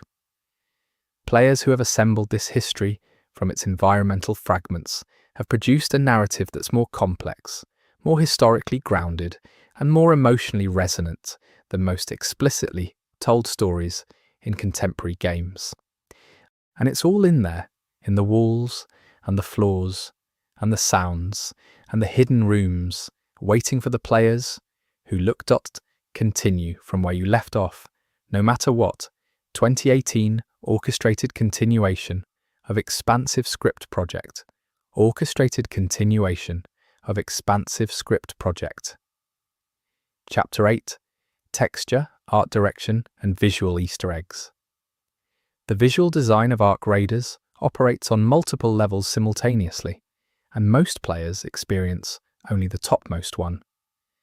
The surface level is the obvious aesthetic, a post-collapse world rendered with high fidelity and a consistent color language.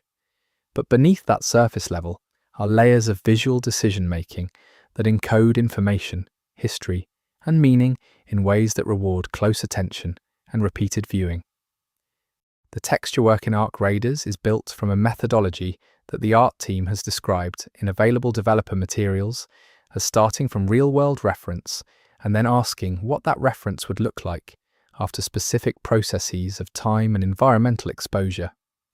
This isn't a novel approach in game development, but the specificity with which it was applied in Arc Raiders is unusual. Every surface material in the game has a documented aging and exposure history, and that history is consistent with the specific conditions of the game's world. The rust on metal structures ages differently depending on proximity to moisture sources. The concrete decay patterns reflect specific weathering mechanisms. The organic material decomposition follows realistic timelines for the implied climate conditions. The color grading of different surface zones in Arc Raiders is one of the art direction decisions that most directly affects player experience without being consciously recognized as art direction. The specific color temperature, saturation, and tonal balance of different areas of the surface creates emotional zones that influence how players feel in different parts of the map. Arc-dense areas have a cooler, more desaturated color treatment. Areas with stronger human presence history have warmer, slightly more saturated color. The transitions between these zones are gradual rather than abrupt, which means players move through a continuously shifting emotional color field rather than stepping between defined zones. The skybox art in Arc Raiders is one of the game's most labor-intensive visual achievements and one of its least noticed. The sky visible from the surface isn't a static backdrop, but a layered, dynamic visual environment with specific art direction governing what atmospheric conditions look like at different times of day and in different weather states. The specific cloud formations painted into the base sky layer were developed from reference photographs of real Nordic skies at specific times of year, which gives them a quality of specific reality that fully invented sky art rarely achieves. When you look up in Arc Raiders, you're looking at a sky that comes from a specific place. Several pieces of equipment visible in Arc Raiders have manufacturer markings and model designations that are rendered at a resolution sufficient to read if you approach closely enough. These markings are consistent with the game's fictional corporate landscape, using company names and designation formats that fit the world's pre-collapse industrial culture. But several of them contain designations that don't fit any visible company in the game's fiction, pointing toward entities whose visual presence in the game is minimal, but whose products were apparently widely used. These off-brand markings are one of the ways the game implies a wider economic world than its visible corporate signage represents. The graffiti visible throughout Arc Raiders' surface environments was not created as a single unified art asset. Each piece of graffiti was individually authored, with a character and execution style that reflects the implied author's skill level, tools, and intent. The range of graffiti quality in the game, from sophisticated work to rudimentary marks, accurately reflects the range of skill and commitment visible in real-world graffiti environments. This range is maintained consistently, which requires art direction that specifically preserved variation rather than allowing the naturally convergent tendencies of game asset creation to produce a uniform aesthetic. The material design of Arc Unit surfaces is one of the most technically sophisticated visual achievements in Arc Raiders. The surfaces of Arc Units have a quality that the development team has described as suggesting accumulation over time rather than manufacture, a visual property that was developed through a combination of procedural and hand-authored texture techniques. The specific character of Arc surface materials suggests something between mineral formation and biological growth, neither purely one nor the other, which is consistent with the broader design intent of keeping Arc nature ambiguous. You can see the design philosophy in the material of the surfaces. There are specific visual details in Arc Raiders that can only be seen from positions that aren't natural combat or navigation positions. These details require the player to deliberately position themselves in unusual ways, looking up when you'd normally look forward, looking down into spaces rather than across them, or approaching surfaces at angles that reveal different material properties than straight-on viewing. The development team clearly placed visual details in these non-standard viewpoints deliberately, since they require specific effort to access and contain information that's consistent with deliberate placement rather than incidental detail. The lighting design for Arc Raiders' interior spaces was developed from a study of how light behaves in real abandoned buildings of the type depicted in the game. The specific quality of light in long abandoned buildings, the way it ages and transforms as windows become dirty and structural openings change their geometry, is simulated in Arc Raiders with an accuracy that players familiar with real abandoned buildings immediately recognize as correct. This correctness has an emotional effect. The light in Arc Raiders' interiors feels specifically true rather than generally atmospheric, which contributes to the overall sense of the world as a real place.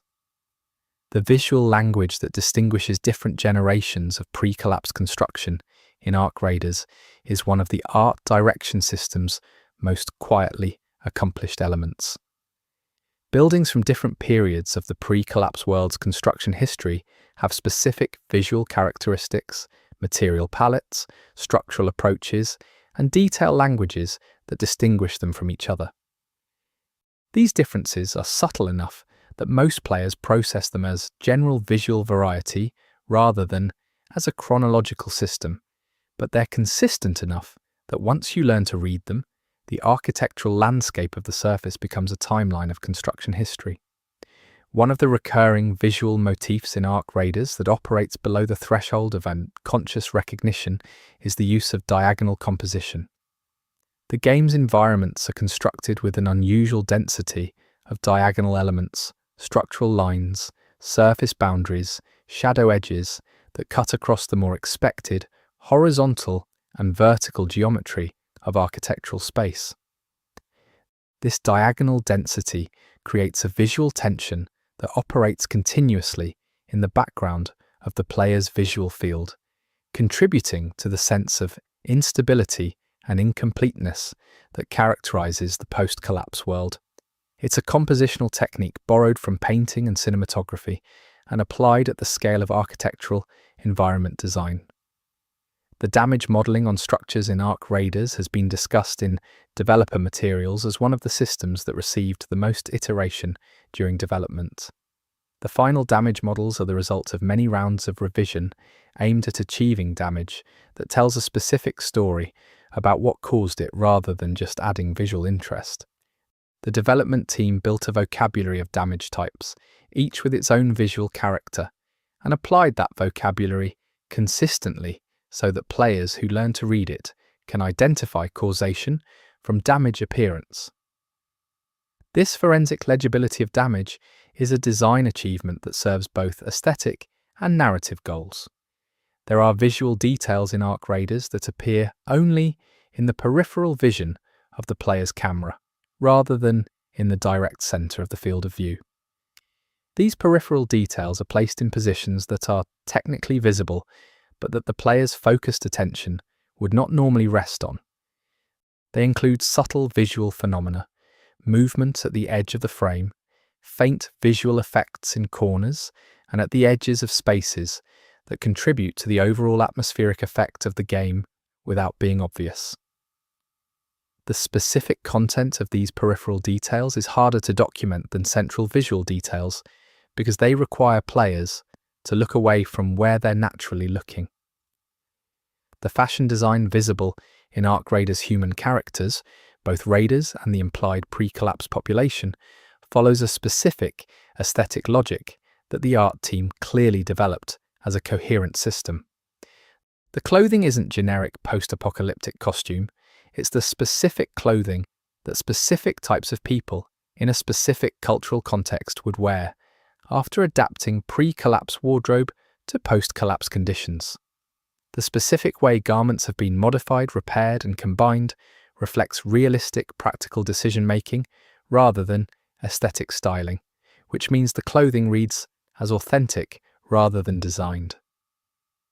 The visual effects associated with Ark electromagnetic activity were developed from reference material that included both scientific visualization of electromagnetic phenomena and artistic reference from a range of disciplines. The specific visual character of Ark electromagnetic effects, the color range, the motion quality, the interaction with surrounding materials, is distinct from both realistic electromagnetic visualization and from conventional game energy effect visual language. The Ark's electromagnetic effects look like something specific, something that feels both physically grounded and genuinely alien, which was clearly the design intent. The depth of field in Ark Raiders' visual presentation was calibrated to serve the emotional goals of the game in specific ways. The game doesn't use depth of field uniformly. Certain contexts apply strong depth of field effects that direct attention and create a quality of intimate focus. Others use minimal depth of field to create a sense of expansive exposure. The transitions between these depth of field states are used as an expressive tool, with the focus plane shifting in ways that comment on what the player is doing or feeling without being explicitly directive. It's a cinematographic technique applied to real-time interactive experience. One of the visual details most frequently discussed in Ark Raiders community is the specific state of windows throughout the surface environment. Windows in post-collapse environments tell a specific story about the nature and timing of abandonment. Broken windows indicate violent events. Boarded windows indicate deliberate preparation. Intact windows indicate spaces that were sealed rather than abandoned in emergency. The window state throughout Ark Raiders is consistent with specific implied histories of the spaces they belong to, which means that reading windows as you move through the surface environment gives you a running commentary on what happened to each building and when. The visual presentation of food and organic materials in Ark Raiders is another area where the game demonstrates an unusual commitment to material accuracy. The specific states of decay visible in organic materials throughout the surface environment are consistent with the implied time since the collapse, the specific climate conditions of the surface environment,